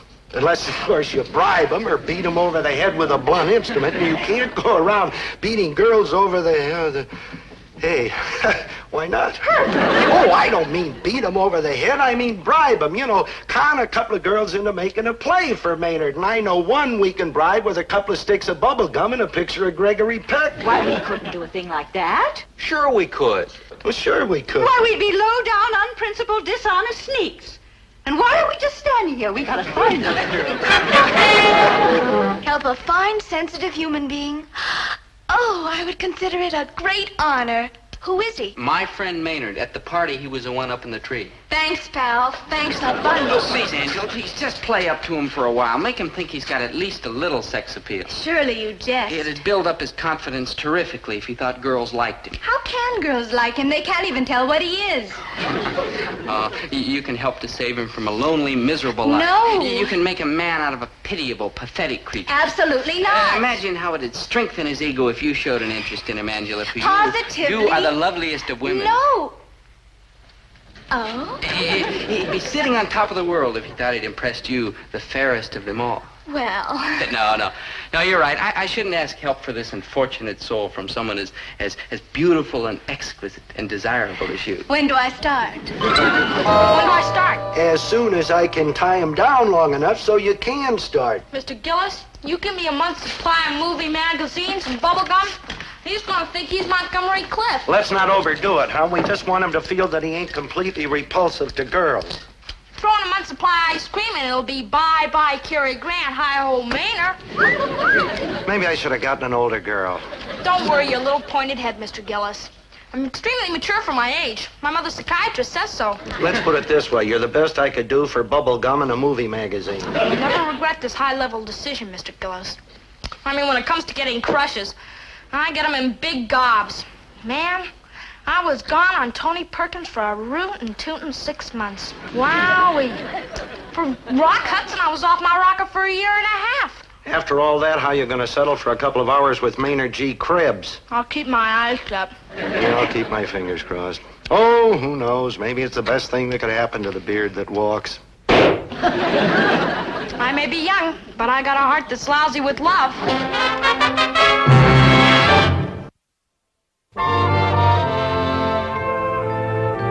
Hey, you're like beautiful.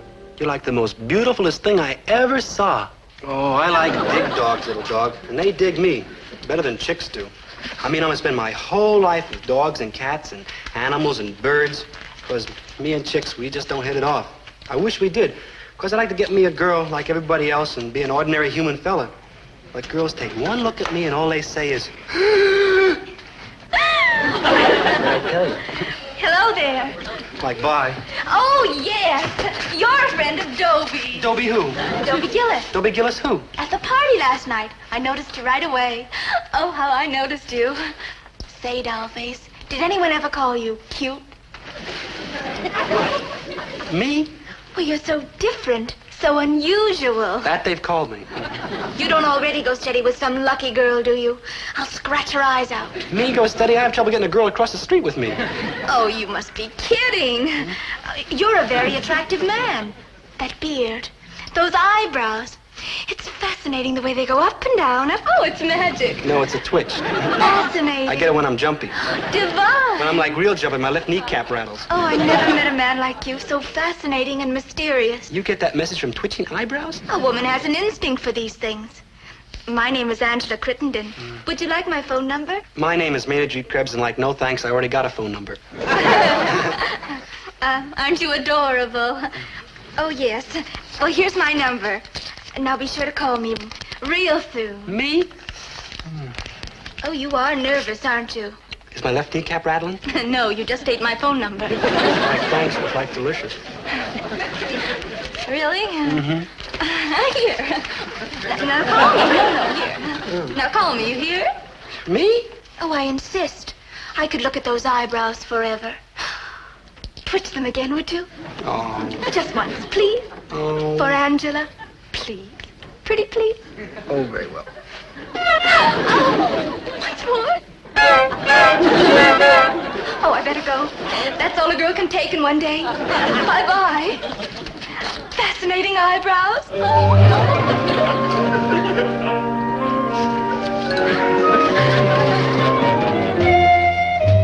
Fascinating eyebrows. Hey, dog.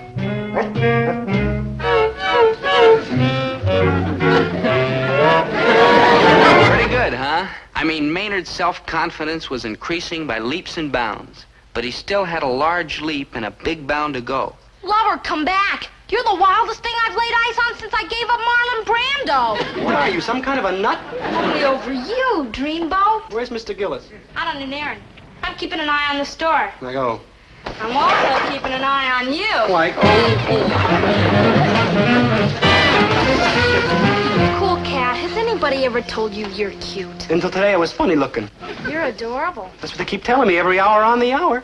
You've got that certain fascination, know what I mean? You're too much. You wouldn't kid me, would you, kid? I'm wig for you, baby. You sure you ain't mixing me up with some kind of rich millionaire or millionaire or movie star or Oriental prince or like that? Nope.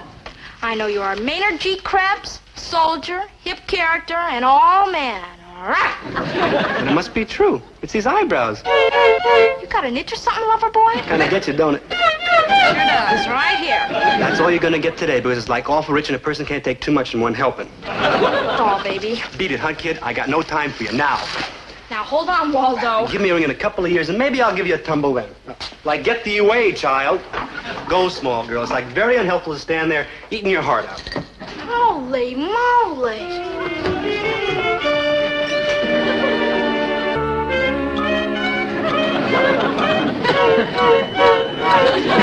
Have you ever seen anyone as confident with girls as Maynard?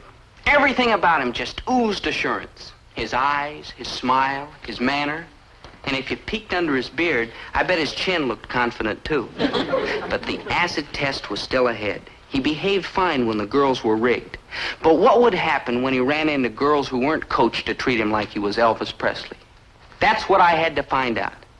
I had to get him to another dance at the Servicemen's Recreation Center. But I just couldn't go up and ask him. I had to kind of trick him into it. Subtle-like. Very, very subtle. Hey, don't. Oh, hi, Maynard. Hi. Well, what do you feel like doing tonight, Maynard? I don't know, Dobe. What do you feel like doing? I don't know, Maynard. What do you feel like doing? I don't know, Dobe. What do you feel like doing? I don't know, Maynard. What do you feel like doing? I don't know. Hey, I just thought of something. Do you feel like going down to Pete's Pancake Palace and watching the guy in the window flip pancakes? I don't care, Dobe. Do you feel like it? Sure. Okay. Or would you rather go down to the railroad yards and watch him fill the coal cars? I don't care, Dobe. You feel like it? Sure. Okay. Or would you rather go down to the stockyards and watch him dip some sheep? I don't care, Dobe. Whatever you feel like. I don't care, Maynard. Whatever you feel like. I don't care, Dobe. Whatever you feel like. Okay. Oh, hey, I just got another idea. Do you feel like... Dobe, if it's all the same to you, I'd like to go to the dance at the Servicemen's Recreation Center.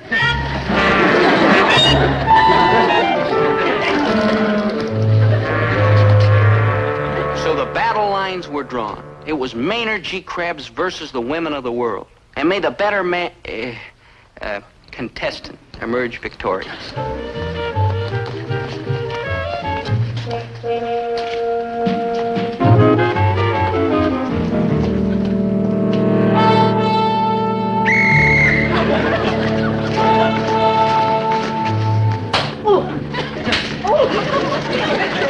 You nasty children! Don't you know you're here to enjoy yourselves? Now go on, let revelry continue unabated. And dance, you apes, dance! Remember, Maynard, there's nothing to be afraid of, and I'm here with you. You're all heart, sir. You gotta expect you'll be a little bashful at first. Just take it easy. Like right. Hey, where you been all my life, baby? Maynard! Hey, these eyebrows really get you, huh, dollface? Like it's buttering hot, huh? Maynard! Oh, you're next, lamb chop. Huh? Maynard, what are you doing? Let me go or I'll scream. Well, that's where these eyebrows affect them. They scream with like the like. Oh, don't be jealous, Dope. I'll give it back to you as soon as I'm through. Stop it, I say! Mrs. Chatsworth Osborne Sr. is here. No offense, Mrs. Osborne, honey, but you have to find your own fella. I'm spoken for. Well, I never. Well, I never did either, but that's the way the cookie crumbles. Now, if you excuse me, I got some girls waiting. One moment. Oh, very well. One moment, but only one. One dance to bring the roses back to those faded cheeks. Come, my old tiger, while still there is time.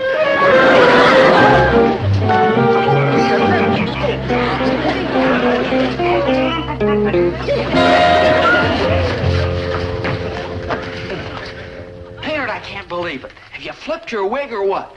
It's these eyebrows. Maynard. And the sex appeal. Maynard. I'm like appealing to women of all ages. Hey, Maynard, there's something you ought to know. Just a moment, Dobe. Girls? That'll like have to hold you for a while. So what are you saying, Dobe? I don't quite know how to tell you this, Maynard, but the eyebrows, the sex appeal, the fascinating personality. I don't really have them. Right, you don't really... You know? Like, sure, I figured it out. Them chicks didn't go for me because all of a sudden I turned into a handsome Casablanca. Maynard, that's Casanova, and I only did it to help you get some confidence with girls. Dobe, you're my good buddy, my best buddy, and I appreciate it from the heart. But I don't want it, the confidence that is.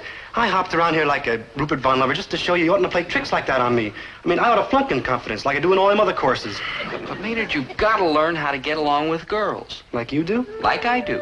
No offense, Dobe, but I ain't you. I'm a different person. I got a beard, see? And I also got certain ideas about girls. Like what? Like I don't want any. Well, why not? They're sweet and soft and friendly. They're also tidy, respectable, and determined. And I don't think they're very happy when all a guy likes to do is hack around, sit in the floor and listen to jazz and grow a beard. Maynard, is a beard more important to you than a girl? Well, it's not a question of a beard. It's a question of I'm an individual human person. And if all them other individual human persons want to shave off their beards, get trapped by some chick and get married and live in a split-level house with a washer and automatic dryer and a PTA and the bridge club 2 nights a week and trouble with the sprinkling systems, well, that's their business. Me, it ain't for. I'm a protest cat. You've got a point, Maynard, but what are you really protesting against? I don't know, Dobe, but no chick's gonna rush me into anything till I find out. You don't have to do that anymore. The game's over. Oh, I did that because I wanted to. I admire a fellow who sticks up for what he believes.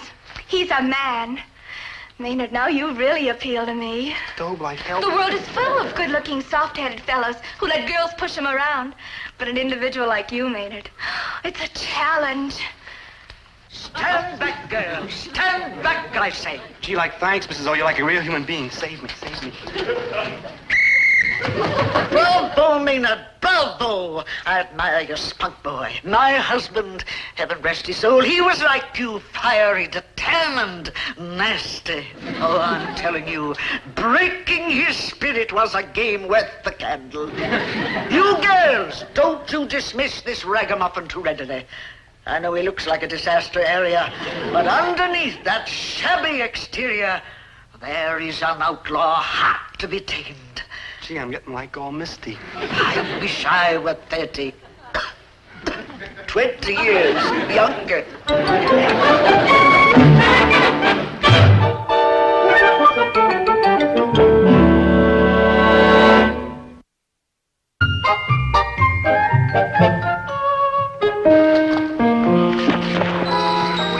hurry, Maynard. The bus for camp leaves in 20 minutes. Don't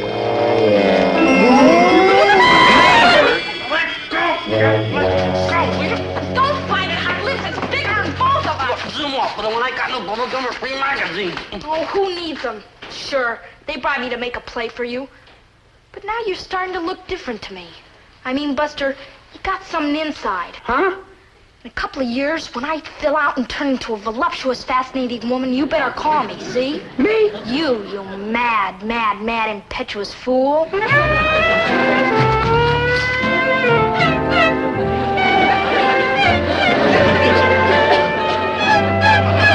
No offense, Maynard, but that eyebrow twitching's a waste of time. Don't be too sure, good buddy. Don't be too sure.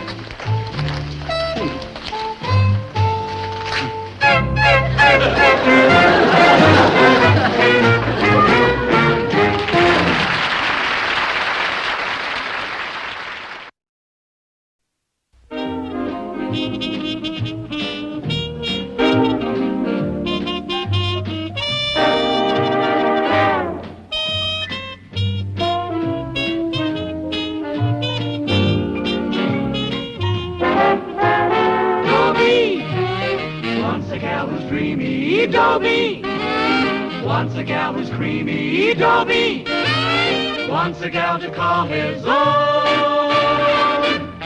Is she blonde? Is she tall? Is she dark? Is she small? Is she any kind of dreamer at all? No matter, he's hers and hers alone. 'Cause Dobie has to have a girl to call his own.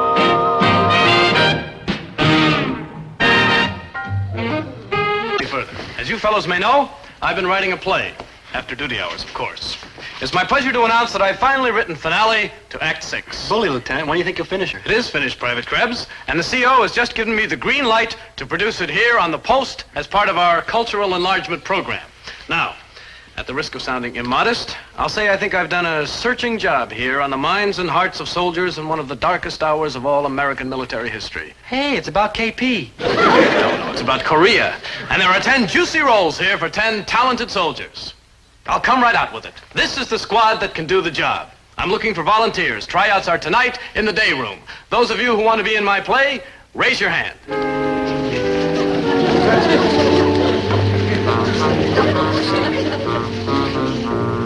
I see. All right, men, let's put it another way. By an odd coincidence, tomorrow is the day for posting the new work assignments. Those of you who are not by that time cast in my play may indicate to the first sergeant your preferences among the following details. KP, coal yard, gravel detail, and the rock quarry. Now, let me check just once again, gentlemen. Are there any volunteers for the cast of my play? Dobie.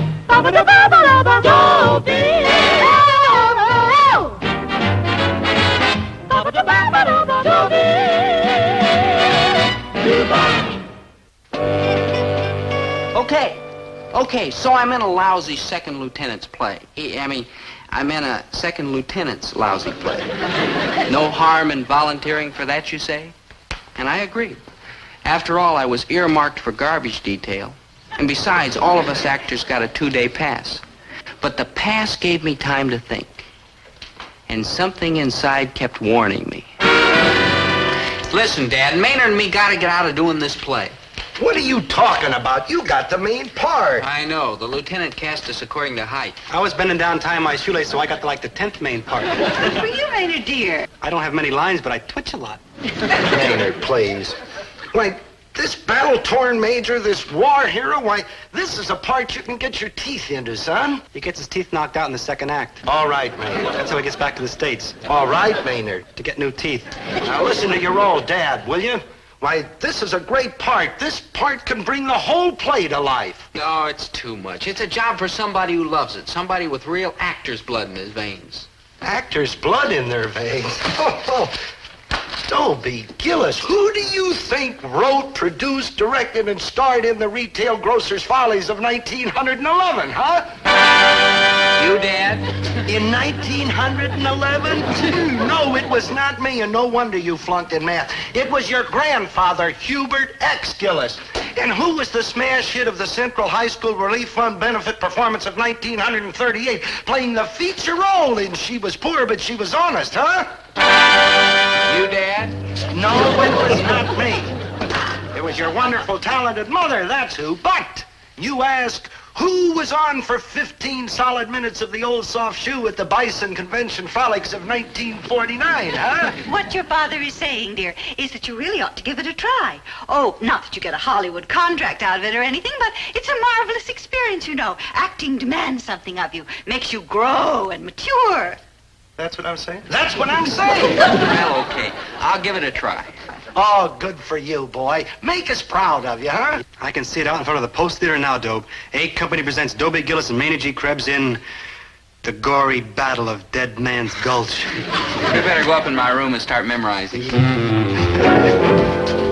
Oh, you were wonderful, Winnie. You talked him right into it, and who knows, the kid may be a smash. Why not? Happens over and over again. Families go on for generation after generation, and then all of a sudden, up pops a real talent.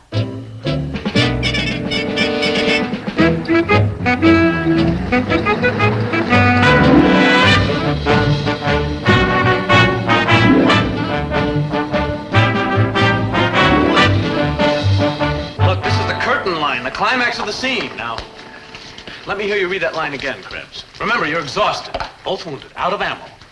The enemy barrage is stopped. And now you hear their blood-curdling screams as they charge the bunker on foot. There's no escape. Major, it does not look good. No, Krebs. More feeling, more action, more passion. Roll your eyes. Like this, sir? Splendid. All right, go on with the scene. They're coming, Major, they're coming. Let's, cut out of here. You're overacting. All right, men.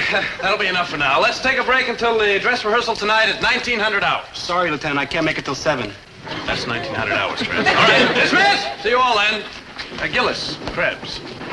I may have seemed harsh and demanding during rehearsals, but men, it's paid off. You're deeper, more mature than I dreamed you could be. You've become men in your roles. You're poised, confident. Thank you, sir. You're like a real human being. Mm-hmm. Yes. Now get out of those costumes and go on over to the PX and treat yourselves. On me. Oh, you don't have to do Cool that. it, though. You heard what the man said. Let's eat.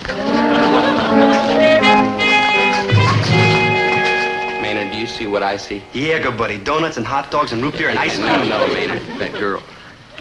Hey, Dope, take some advice from your good buddy Manny G. Krebs and stick with donuts and hot dogs and root beer and ice cream. Stay away from that chick. You know what happens when you got mixed up with chicks? I know what used to happen, but this is the new Dobie Gillis. Mature, confident, poised.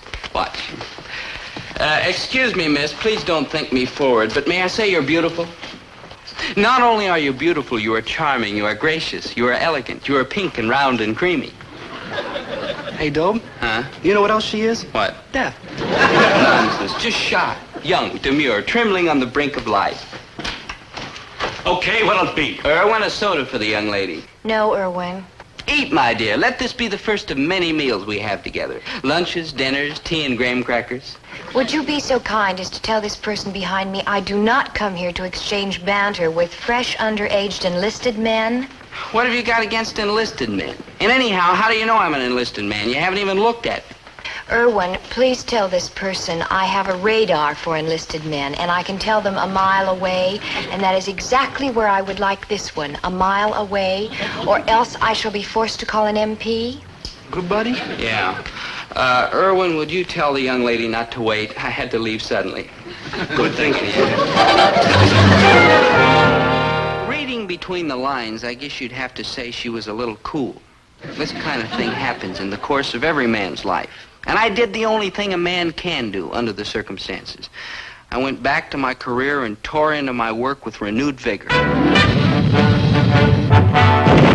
coming, Major, they're coming. Let's cut out of here.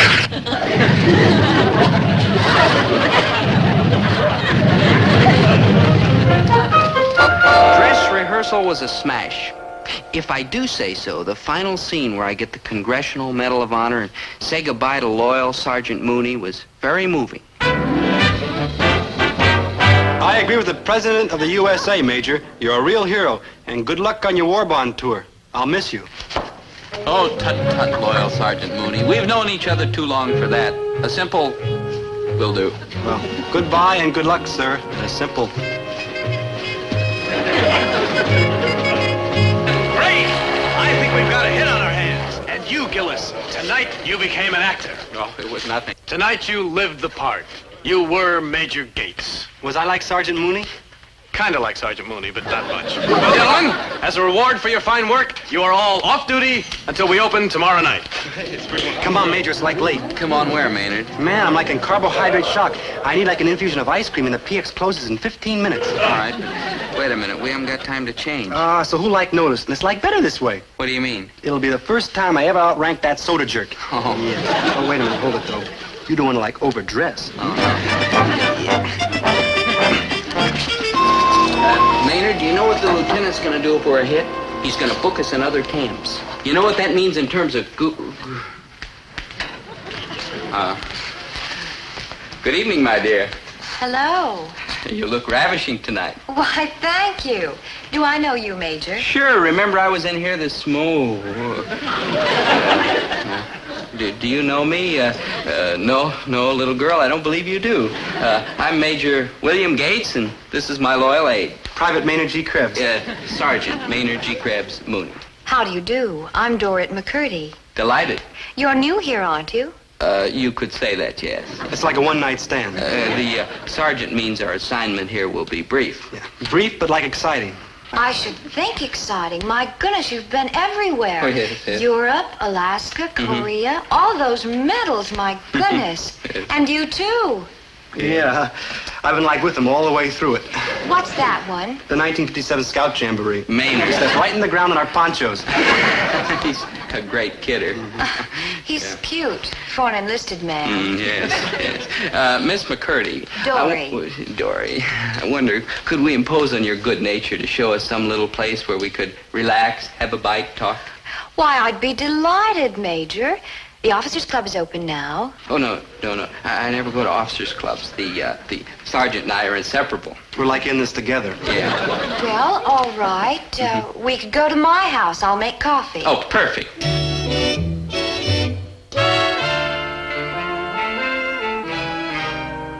2 months behind enemy lines, and you finally got your whole platoon back safely? Oh, it was nothing, really. 6 of us could still walk. My warrior. And what about you, Sergeant? Did you bag a few? No, ma'am, but I like annoyed a lot of them. Well, where did all this take place? Oh, it was long ago and half a world away. Where was it, Sergeant? Act 4, scene. Maynard. Oh, it was like right about here. On the polar ice cap? Oh, well, we were like real lost there for a while. Enough. Let's not talk about it anymore. My poor man. You rest there, and I'll go get us something to eat. Don't be away long, Dory. I'll be right back. Every moment will seem like an eternity. We're like starved. Come on, Major, now's our chance to cut out. What's wrong with you? You want to leave before you eat?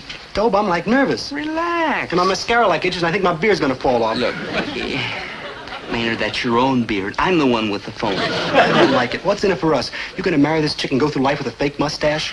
Look, we're on a secret mission, right? So we disappear, and I'll write to her from distant places. Now, relax and enjoy yourself. After all, if she likes me better as an officer, who am I to disillusion her? Well, here I am. I hope you like instant coffee. It's the only kind I know how to make. Oh, you shouldn't have fussed, my dear. We're used to doing without. So I see. Sergeant, would you like something a little more substantial, like a cold chicken and a couple pounds of potato salad? Well, if you're gonna like throw it away. It's in the refrigerator. Stay where you are, miss. I got it on my chicken radar screen already. Is he always so hungry? Since I've known him. You two are very close, aren't you? Yes. I wouldn't be here without him. Now, try to forget. All that pain and danger is behind you, and you're with me now. Yes. I guess this is it. This is what we're all fighting for. Now, rest those dear, tired eyes. Oh, you are a thoughtful child. Child? I'm 21. 21. A wonderful age. Now, it surely can't be that long ago. You can remember. I wish I could. Let me try.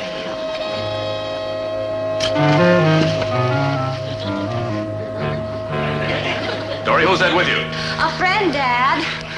Major Gates, this is my father, Colonel McCurdy. Nice to meet you, sir. What's that? How do you do, sir? Oh, how do you do? The Major is new on the post, too, Dad. Dad is the head of the new leadership school. No, boy. I mean, congratulations. Thanks. What are you doing here? Oh, just sitting on the sofa. No, I mean on the post, your assignment. Oh, that. Well, it's confidential. Confidential? Mm-hmm. Yes. You some kind of a G2 sneak? Oh, no, sir. No. The Major is a hero, Dad. He was in Korea. Yeah. Korea, huh? Yes. Well, I suppose somebody had to go over there. Wasn't like Europe, though. Oh, no, sir. No. My dad was an infantry commander in World War II. Oh, good for you, sir. It was soldier's duty, Major. Yes. A man could take some pride. Now they're making a teacher out of me. Faculty seminars, examinations for numbskulls who've never heard a shot fired in anger, correcting papers, handing out diplomas. Terrible thing to do to a fighting man. Oh, you're right, sir. The Major knows, Dad. He was a fighting man. Tell him, Major. Oh, we won't bore you with that, sir. You probably have a lot of themes to correct. It's all right, it's true. I've got that blasted graduation ceremony tomorrow. Yeah, that. I want to talk with you about Korea sometime, son.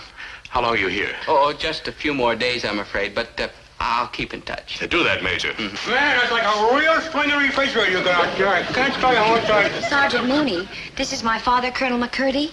Like my Colonel. I mean, like hi, Colonel. I do. The sergeant was with the Major all through everything, Dad, behind the lines, in the hospital. Indeed. But it's a long, dull play, or story. You're so modest. The Major said that if it hadn't been for the sergeant, he would never have lived to get the Medal of Honor. Colonel, you're busy, and we've got to go. Yeah, man, I like helicab. Yeah. Just a minute. Something's been bothering me ever since I met you, and now I know what it is. We didn't mean any harm. A prank, sir, a boyish prank. Why didn't I think of this before?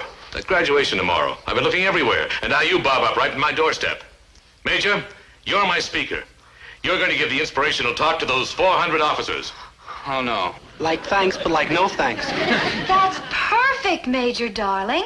You give the speech tomorrow afternoon, then come here for dinner, and we'll go to the new play at the New Post Theater tomorrow evening. Oh, no, please, no. Don't go to that play, miss. It's like a real dog, and I ought to know. Do whatever you want with your evening, Major.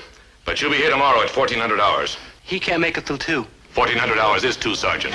It'll be easy, Major. Just tell them the simple truth. It'll be a speech they'll never forget. Neither will I. There's no point in denying it. I was in trouble. So I had to keep saying to myself, don't panic. Keep your head. Look on the bright side. And that's where Maynard, the eternal optimist, was of tremendous help.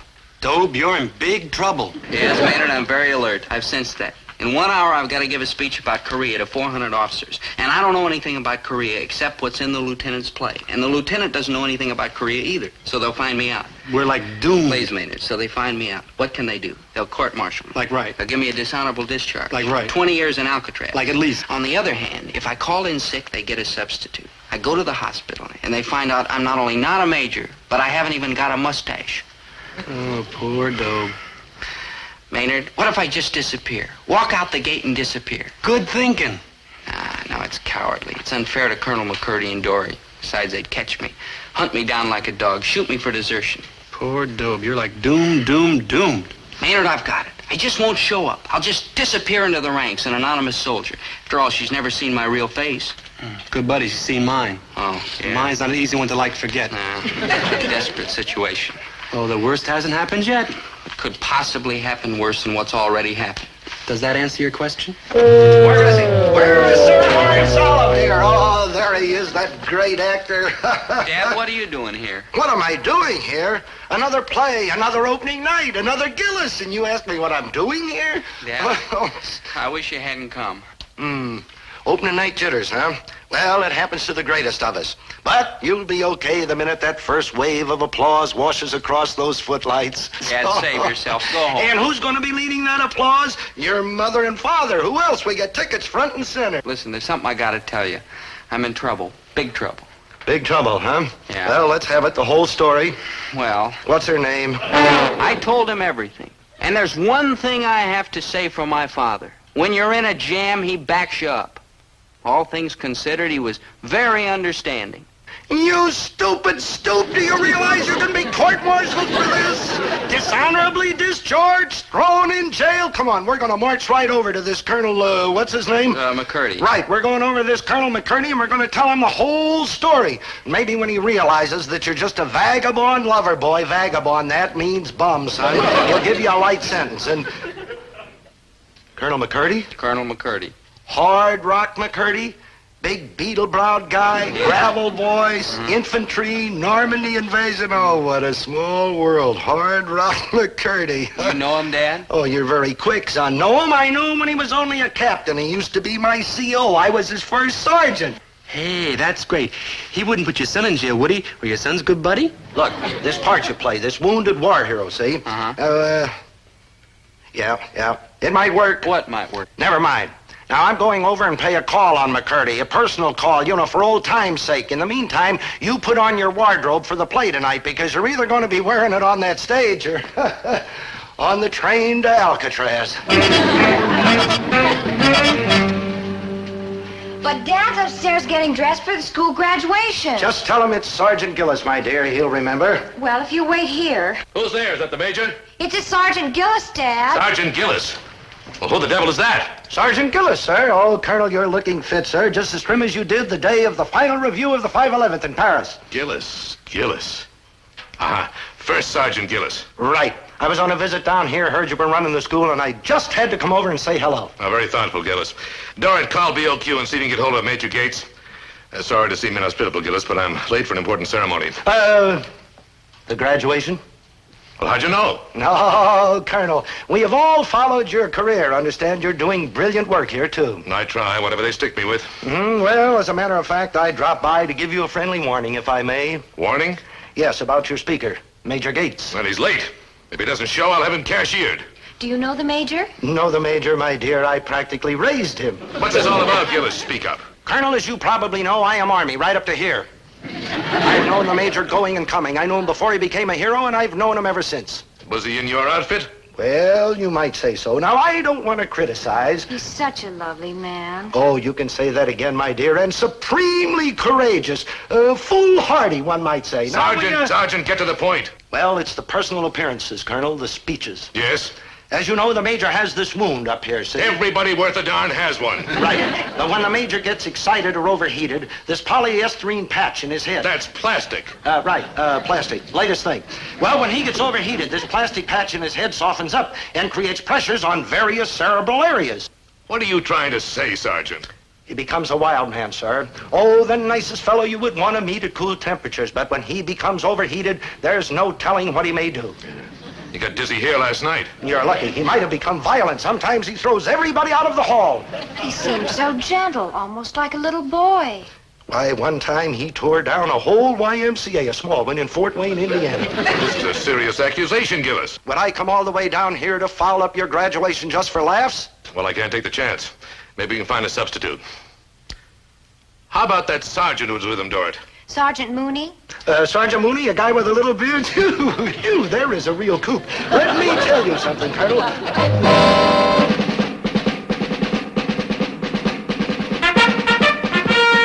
Goodbye and good luck, sir. And a simple... Excuse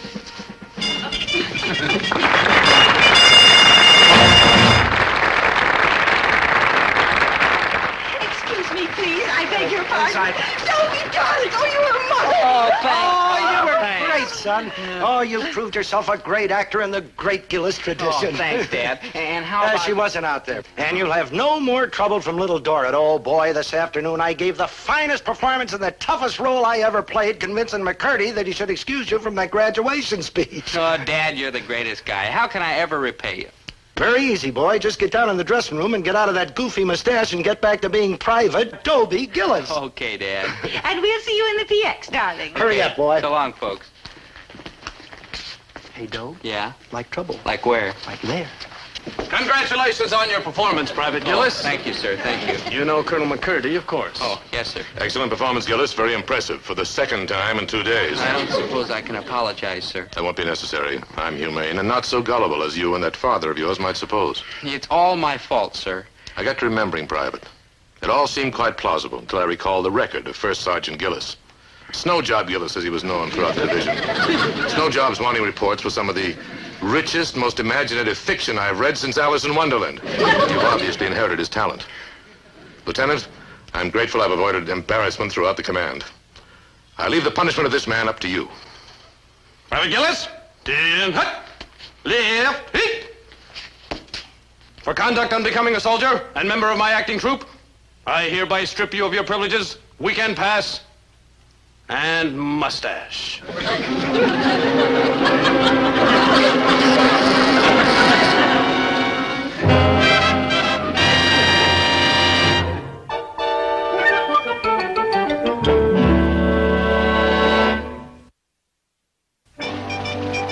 To us theater folks, the most stirring words in the English language are, the show must go on. The Army has a couple of interesting words, too. Court-martial. And that's exactly what Maynard and I got for our unhappy fling at impersonation. But all in all, the lieutenant wasn't too hard on us after we promised to limit our acting to the A Company stage. And the show did go on. Of mortals that fall back to gaze on him when he bestrides the lazy pacing clouds and sails upon the bosom of the air.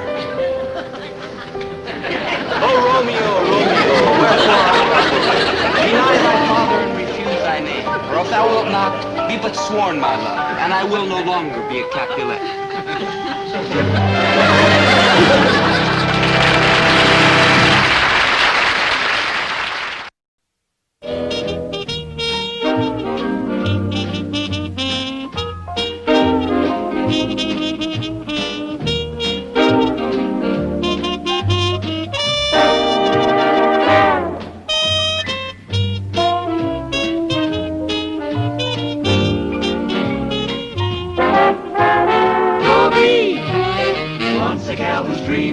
Dobie, once a gal who's creamy, Dobie, wants a gal to call his own.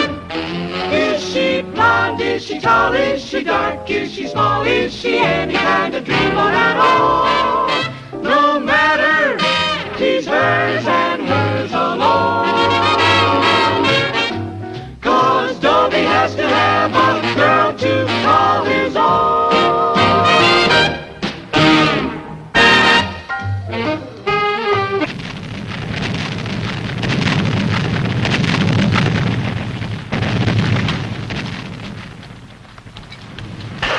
Sarge, I want to go home.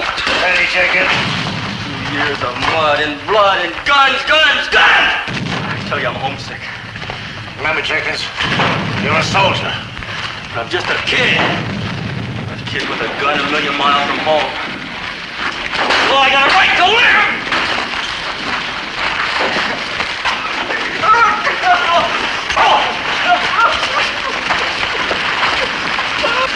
Sorry, kid. Sorry I had to do that.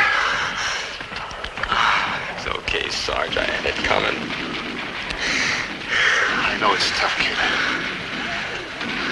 We have to hang on. Hang on until victory is ours. And we can wake up in our little old room back home. Smelling Mom's apple pie baking in the kitchen. Go out to the ballpark and root for our favorite team. And walk down Main Street with that little old girl who's waiting there for us.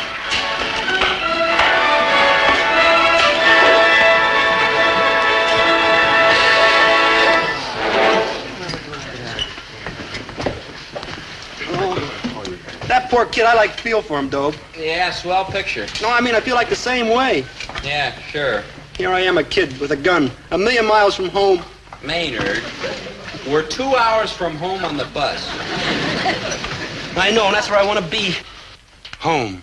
Smelling Mom's apple pie of bacon in the kitchen, rooting for my favorite team, walking down Main Street with a little old gal who's waiting for me there.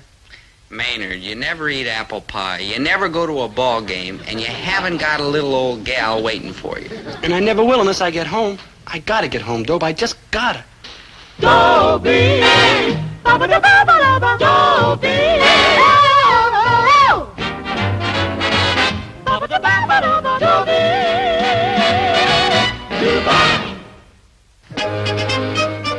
Who'd ever expect Maynard G. Krebs to get homesick. I mean, you should see his home. But he's really got it bad, so I've been trying to help him. First, I suggested he get it out of his system by writing home and telling his nearest and dearest how much he misses him. So he did. Dear bongo drums, I miss you like crazy, like love, like Maynard. P.S. Regards to my folks. Then I thought maybe it'd help if Maynard's folks wrote him a nice, cheerful letter. Dear Maynard, your mother and I feel very cheerful these days. We often talk about you and where you are. And the more we talk, the more cheerful we feel. In fact, we're deliriously happy. Love, Dad. P.S. Have you considered re-enlisting? But nothing seemed to help. Maynard says he's just got to get home for a while. So he asked our CO, Lieutenant Merriweather, for a 3-day pass. I must say the lieutenant was very sympathetic and understanding. No pass! Like, please? Private Krebs, I'm talking to you like a father. My father doesn't talk to me like that. He always hollers. Like a brother, then. I'm an only child. I said like a brother! My folks wanted a big family, but then they had me. Krebs? My father figured he better quit while he was behind. Krebs, I'll say it for the last time. No pass! Just a little 3-day pass. No pass. I'll be back before you even notice I'm gone. No pass. You don't even miss me. Krebs, I'd be delighted to miss you. Missing you is my dearest aim in life. But as for your pass, my reply is a positive, definite, unequivocal, irrevocable, immutable, total, and final negative!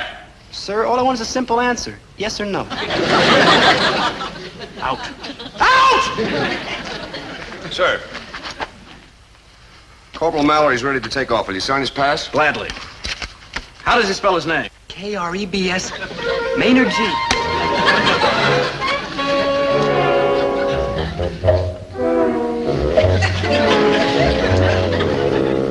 The United States Army is a fine democratic institution. And when a soldier like Maynard G. Krebs feels that he has justice on his side, he can appeal any decision that he considers unfair. He can appeal to a superior officer, and if that doesn't satisfy him, he can go to a still more superior officer. And if that doesn't satisfy him, he can go to an even still more superior officer. My friend Maynard G. Krebs, being a man of direct action, decided to eliminate the middleman. He went right to the top. No pass. I tell you, I've had it, Dobe. I'm gonna bust out. That's foolish talk, Maynard. Honest, Dobe, one of these days I'm just gonna take off and go under the hill. Maynard, it's called going over the hill, and you'll do no such thing. But I miss home so much. I mean, calm down and eat your stew. Even the stew makes me homesick. The stew makes you homesick? Yeah. Maynard, this is terrible stew. I can hardly eat it. I know. It's just like my mom used to make.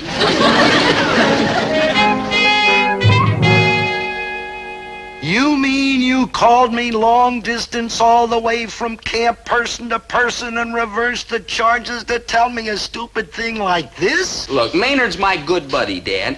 He's so homesick that I'm afraid he's going to do something desperate. I got to help him. I just can't let him down. Well, I can, and I certainly am not going to drive any 100 miles just to bring him his bongo drums. And his hi-fi and his recorder and maybe 50 jazz albums. That's all I'm asking. Dobie, have you been parading around in the sun without a hat? I'm fine, Dad, but Maynard isn't. Why, he's so homesick he could go AWOL any minute. This'll be a break for our side. Dad, you were a soldier. Weren't you ever homesick? Sure I was, lots of times. Oh, there I was, a kid with a gun, 1,000,000 miles from home. And I could picture your mother a-waiting for me in our little old house with the white picket fence. And I could smell those good old apple pies of bacon in the oven. Dad, there's no picket fence. You lived over the store, and you never eat apple pie. Stop quibbling. But you do know how it is, don't you, Dad? This makes me a bigger nut than he is, but okay, I'll do it. Thanks, Dad. Goodbye. Bye, son. That was my boy Dobie. He's in the Army. Well, you must be very proud of him. Now, about this insurance policy. You don't have to sell me a bill of goods daily. I'm hooked. Well, good for you. Not so fast, sir. Well, just show me where to sign. Bill, before we can write a policy like this, we require physical examination. Physical exam? I'm hard as a rock. Well, I'm sure you are, sir. And just as soon as our doctor gets a chance... Doctors? Who needs a doctor? Why, I'm strong as a bull. It's just a routine examination, Mr. Gillis. And after all, at your time of life... My time of life? What are you talking... Listen, boy. Hey, watch this.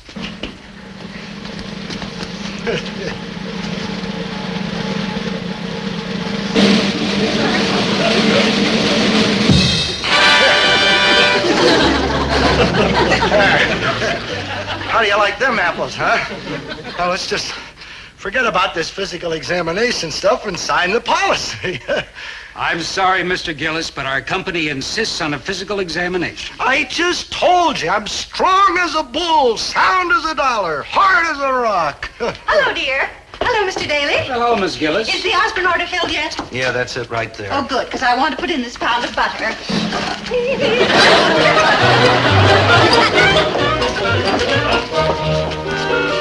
The insurance doctor will be here Tuesday, 3 o'clock. Oh, she is such a busybody. 10,001, 10,002, 10,003, 10,000. Maynard, I know I'll be sorry I asked, but what are you doing with all those spuds? Occupational therapy. Occupational therapy? To keep my mind off being homesick. I was right. I am sorry I asked. It was the lieutenant's idea. He's all heart, ain't he? Maynard, forget the potatoes. Look. Hi, Dad. Hi, Dobie. Mr. Hi, Key, what are you Maynard. doing here? Well, I just happened to be in the neighborhood. Thought I'd drop in. To bring you a few things from your room back home, Maynard. Like wow. Like wow, and I must be out of my cotton picking mind. Come in my room, my very own little room, just like I left it. Yeah, it was easier than trying to find anything. Dad, you're a great human being. Oh, hello, little bongo drums. Like hi, little old guitar. Oh, greeting souvenir of happy hours at Patsy's Pizzeria. Maynard, don't be maudlin. Hey, and here's my little old bed. It's gonna be kind of hard to sleep in. I'll keep like falling out. Maynard, I put it that way just so I could get it down here. Home. Home at last. How do you feel, good buddy? Like awful. What's wrong? Did Dad forget something? No, your dad's a great human being. He brought me everything I own, everything that spells home and happy hearts to me. So? So now I'm more homesick than I was before. Ever read a book called Moby Dick?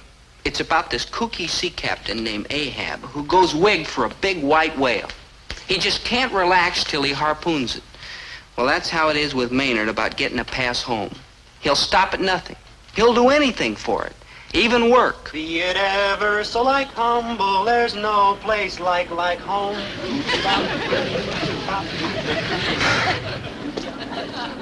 Private Krebs. Sir? Whose car is this you're washing? Why, yours, sir. Who told you to wash it? Nobody, sir. You suddenly felt an irresistible urge to wash my car. Yes, sir, and that's not all, sir. I mowed your lawn and beat your rugs and painted your picket fence and shampooed your Cocker Spaniel. Krebs, what's your game? Game, sir? What are you after?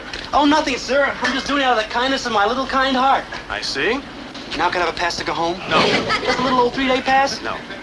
You mean after I washed your dirty old car and mowed your ratty lawn and beat your shabby rugs and painted your rotten picket fence and shampooed your crummy Cocker Spaniel, you still won't give me a pass? Krebs, did you ever hear of the 13th Amendment to the Constitution? Nope. It abolished slavery. That's like a good amendment. But there's a good military regulation too, Krebs. It expressly forbids any officer to use any enlisted man as his personal servant. I like that one, too. If the post commander heard about this, I could be busted to acting corporal. They could ship me back to ROTC. Just for having a clean Cocker Spaniel? Oh, Krebs, out of my sight. Private Krebs? Sir? Come back here. You must want to get home pretty badly. Oh, I do, sir. I mean, here I am, a kid with a gun, 1,000,000 miles from home. Exactly what does going home mean to you? Waking up to the smell of Mom's apple pie, of bacon in the oven, going out to the ballpark to root for my favorite team, walking down Main Street with a little old gal who's waiting for me there. Krebs, I'm a fool to do it, but you've got your pass, son. I have? Oh, thank you, sir. Oh, thank you, sir. Krebs, I want no unmanly display of gratitude. Thank you, sir. Thank you. There is a bus leaving the post in exactly 10 minutes. If you are not on it, I can guarantee that I will suddenly have a return of sanity and revoke your pass. Yes, sir. Like, bless you, sir. You have exactly 9 minutes and 50 seconds. Krebs? Krebs?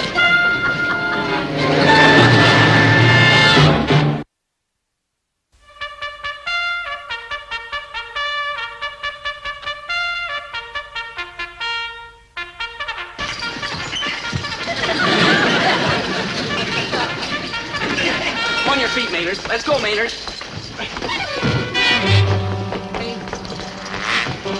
old buddy, you did it. You flipped and went over the hill. You deserted. All right, roll call. Line up for roll call. Come on the double. Move it out.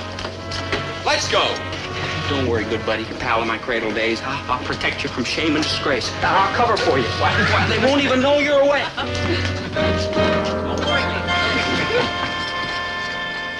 All right, James, Colma, Isaacs, Brown, Gillis. Here. Duffy, Shaw, Bauer, Johansson, Krebs.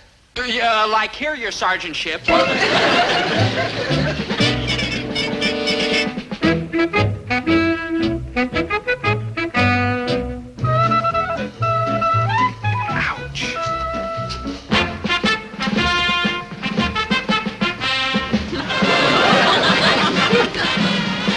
Like ouch, your doctorship.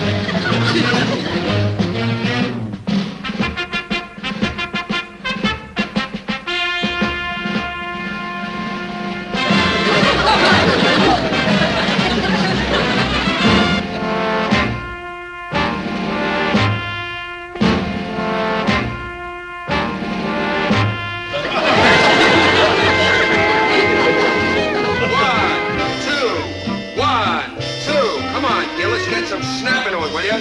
1, 2, 1, 2, 1, 2, 1, 2. Attaboy, Krebs, you're beginning to look like a soldier. 1, 2,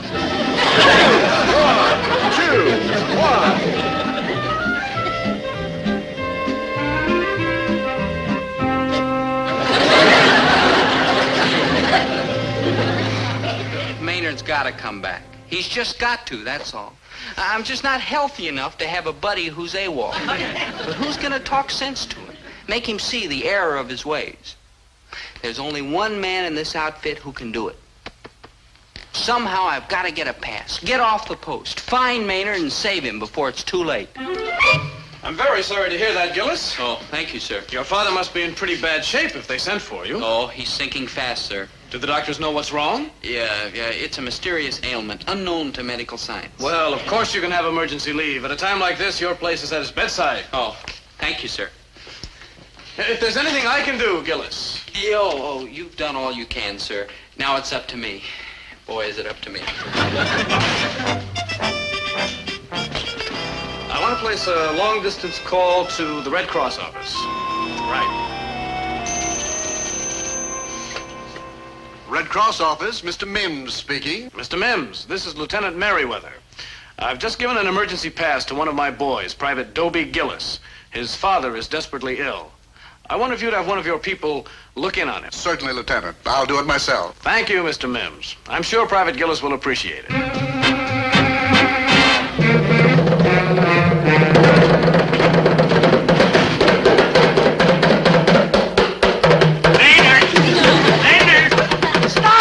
You right?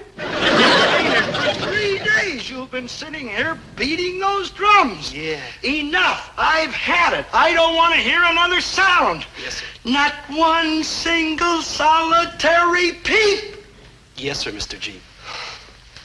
But drums don't peep. Piccolo's peep and oboes peep, but not drums. Drums go. See what I mean? Yes, sir. Mrs. Gillis? Yes? I'm Dr. Cole from the Longevity Life Insurance. Oh, yes. Please come in. You're supposed to examine my husband so that he can get that policy. Just a routine checkup. Well, won't you please sit down? I'll go and fetch him in a minute. Right. Would you like some coffee? No thanks.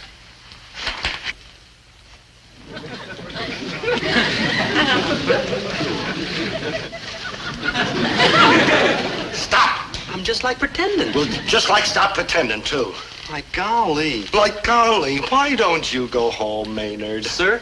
Look, you came home from camp because you were homesick, didn't you? Well, go home. I did, but my folks threw me out. Then I went to the good old high school and the good old sweet shop and the good old record store, and they all threw me out. And now you're trying to throw me out. Gee, Mr. G, it's just like the good old days. Can't you find some other place in town that you like that won't throw you out? No place I like your friendly little cheerful grocery store. Oh, very touching. I wouldn't trade it for a marble palace. Well, I would. Let the rest of the world call it seedy and shabby and run down The and rest beat up. of what were? But not I. The moment I walk in the door, I can hear the cans on the shelf and the vegetables in the bin and the meat in the rack all saying, Welcome home, Maynard. Maynard, I'm sure that when you walk in the door, you can hear the cans on the shelves and the vegetables in the bin and the meat on the rack saying, welcome home, Maynard. But speaking for myself...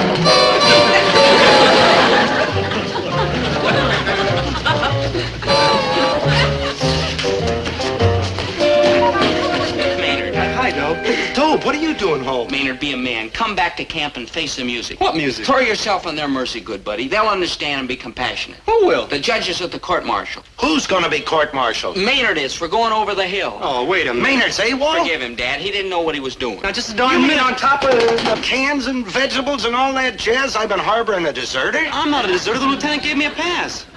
Well, that's what he told me, Dobe. Oh, I'm sure he believes it himself. We'll make a point of it at the trial. Dear, could you come upstairs? That man that you're expecting is here. Dobie, dear, you're back. Yeah, Mom. Oh, my great big soldier man.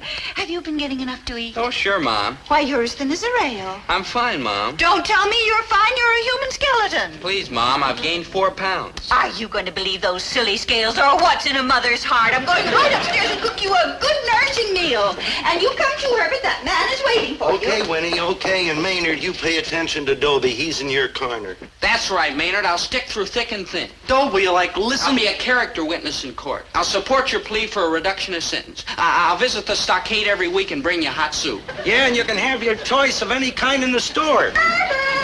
Coming, Mother. See, Maynard, we're all on your side. Dobe, you're a good buddy, and your father's a great American. I hate to throw a monkey wrench when everybody's being so swell to me, but I really have a pass. Oh, See? Maynard. Maynard, you forged this pass, didn't you? No. You can level with me. I understand. Well, I wish you'd, like, stop trying to understand. Excuse me, I'm from the Red Cross. Maynard, I'm your best friend in the whole world. Sure, thinking I'd do a ratty thing like that. Now, I'm look, looking for a Mr. Herbert Gillis. He's upstairs. Now, look, Maynard, you couldn't help yourself. There you were. And Mr. Tip Gillis of is the gun. still among us. Yeah, sure. Don't look at me like that, Maynard. I'm your good buddy. Some good buddy calling me a deserter and a forger. Me, Maynard G. Krebs, boy patriot. Look, I didn't say that. Well, I'm glad to know what you think of me, ex-good buddy. Maynard, look. That's not what I said. Like goodbye forever, or even longer. Maynard! Would it be possible for me to see him? See who? Herbert Gillis. You want to see my dad? Oh, poor lad, I can imagine what you're going through. Yeah. Who shall I say is calling? Well, my name is Mims. I'm from the Red Cross. Red Cross. Well, Dad usually contributes through. Oh, his I'm not Legion here post. for a contribution. Oh? At a time like this, heaven forbid. Tell me, how is your father? Oh, just fine. Then there is hope that he may yet recover. Recover From the what? grave illness which caused you to apply for emergency leave. In such situations, the Army always asks us to investigate. Oh, of course. It's just a routine checkup to make sure the emergency is genuine. It's genuine, all right. I mean, if there ever was a genuine emergency, this is it. That's it, Mr. Gillis. Well, am I all right, Doc? Considering your age, guess you're not too decrepit. Decrepit, I'm sturdy as an ox. Middle-aged ox. All right, do I get the insurance or don't I? Well, you're not the most hopeless risk I've ever seen. I just told you I'm sturdy as an I ox. could just get washed up. Oh, yeah. Well, right through here. That's it. Sturdy as an ox. Dad, lie down on the couch. Don't ask any questions, Dad. Just lie down. What's gotten into you, There's boy? a man here from the Red Cross. Well, I always give through my Legion No, post. Dad. He's here to find out if you're as sick as I said you were. You told him I was sick? To get emergency leave. I had to get home to talk to Maynard. I know, but I just... Don't argue. You want to be bringing hot soup to both of us?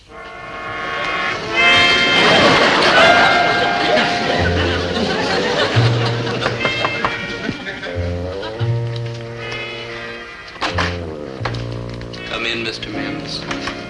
Who's there, son? It's Mr. Mims from the Red Cross, Dad. Oh? Where is he? Right here, Mr. Gillis. And may I say at this grave moment that my heart goes out to you. To both of you.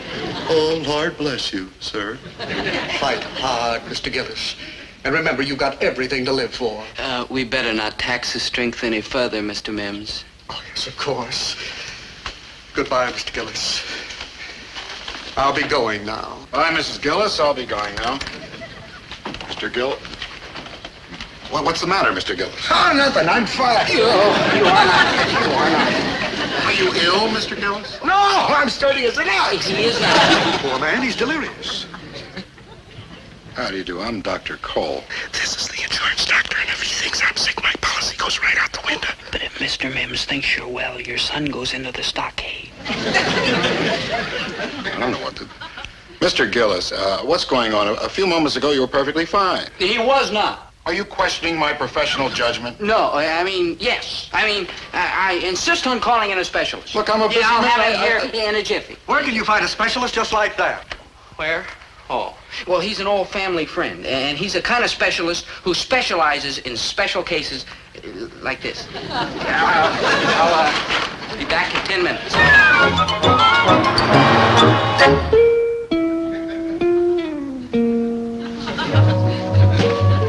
Come in, Dr. Distelfink.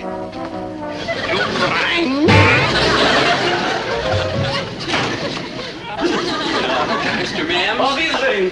Dr. Cole. Gesundheit. And the patient. Oh, this is a very sick man. Here's the patient, Doctor. Oh, him too, yeah. Herbert, dear, what did Dr. Cole... Why, who are you? Why, Herbert, what are you lying down for? It's all right, Mom. Why, Maynard, what are you doing in that outlandish outfit? Mom, this is Dr. Distelfink of Vienna. Oh, Dobie, stop teasing your mother. I can recognize Maynard G. Krebs even in that silly old beard. Here's my insurance. My aching back.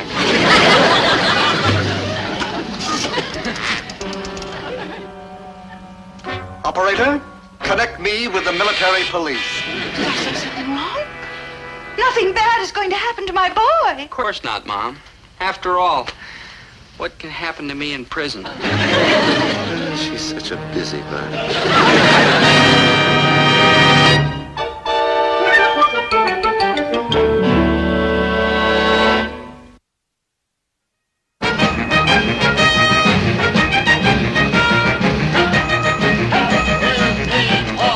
Poor fellas. Yeah. That could be us. Like 20 years. We're lucky we've got such a kind, warm-hearted, understanding CO. Lieutenant Merriweather is like all heart. Yeah. Yes, sir. He's all heart.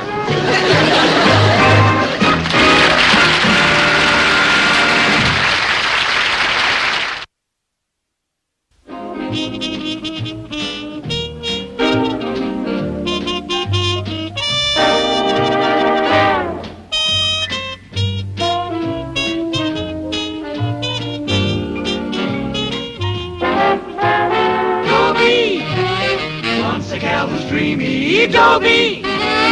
Once a gal who's creamy, Dobie. Once a gal to call his own.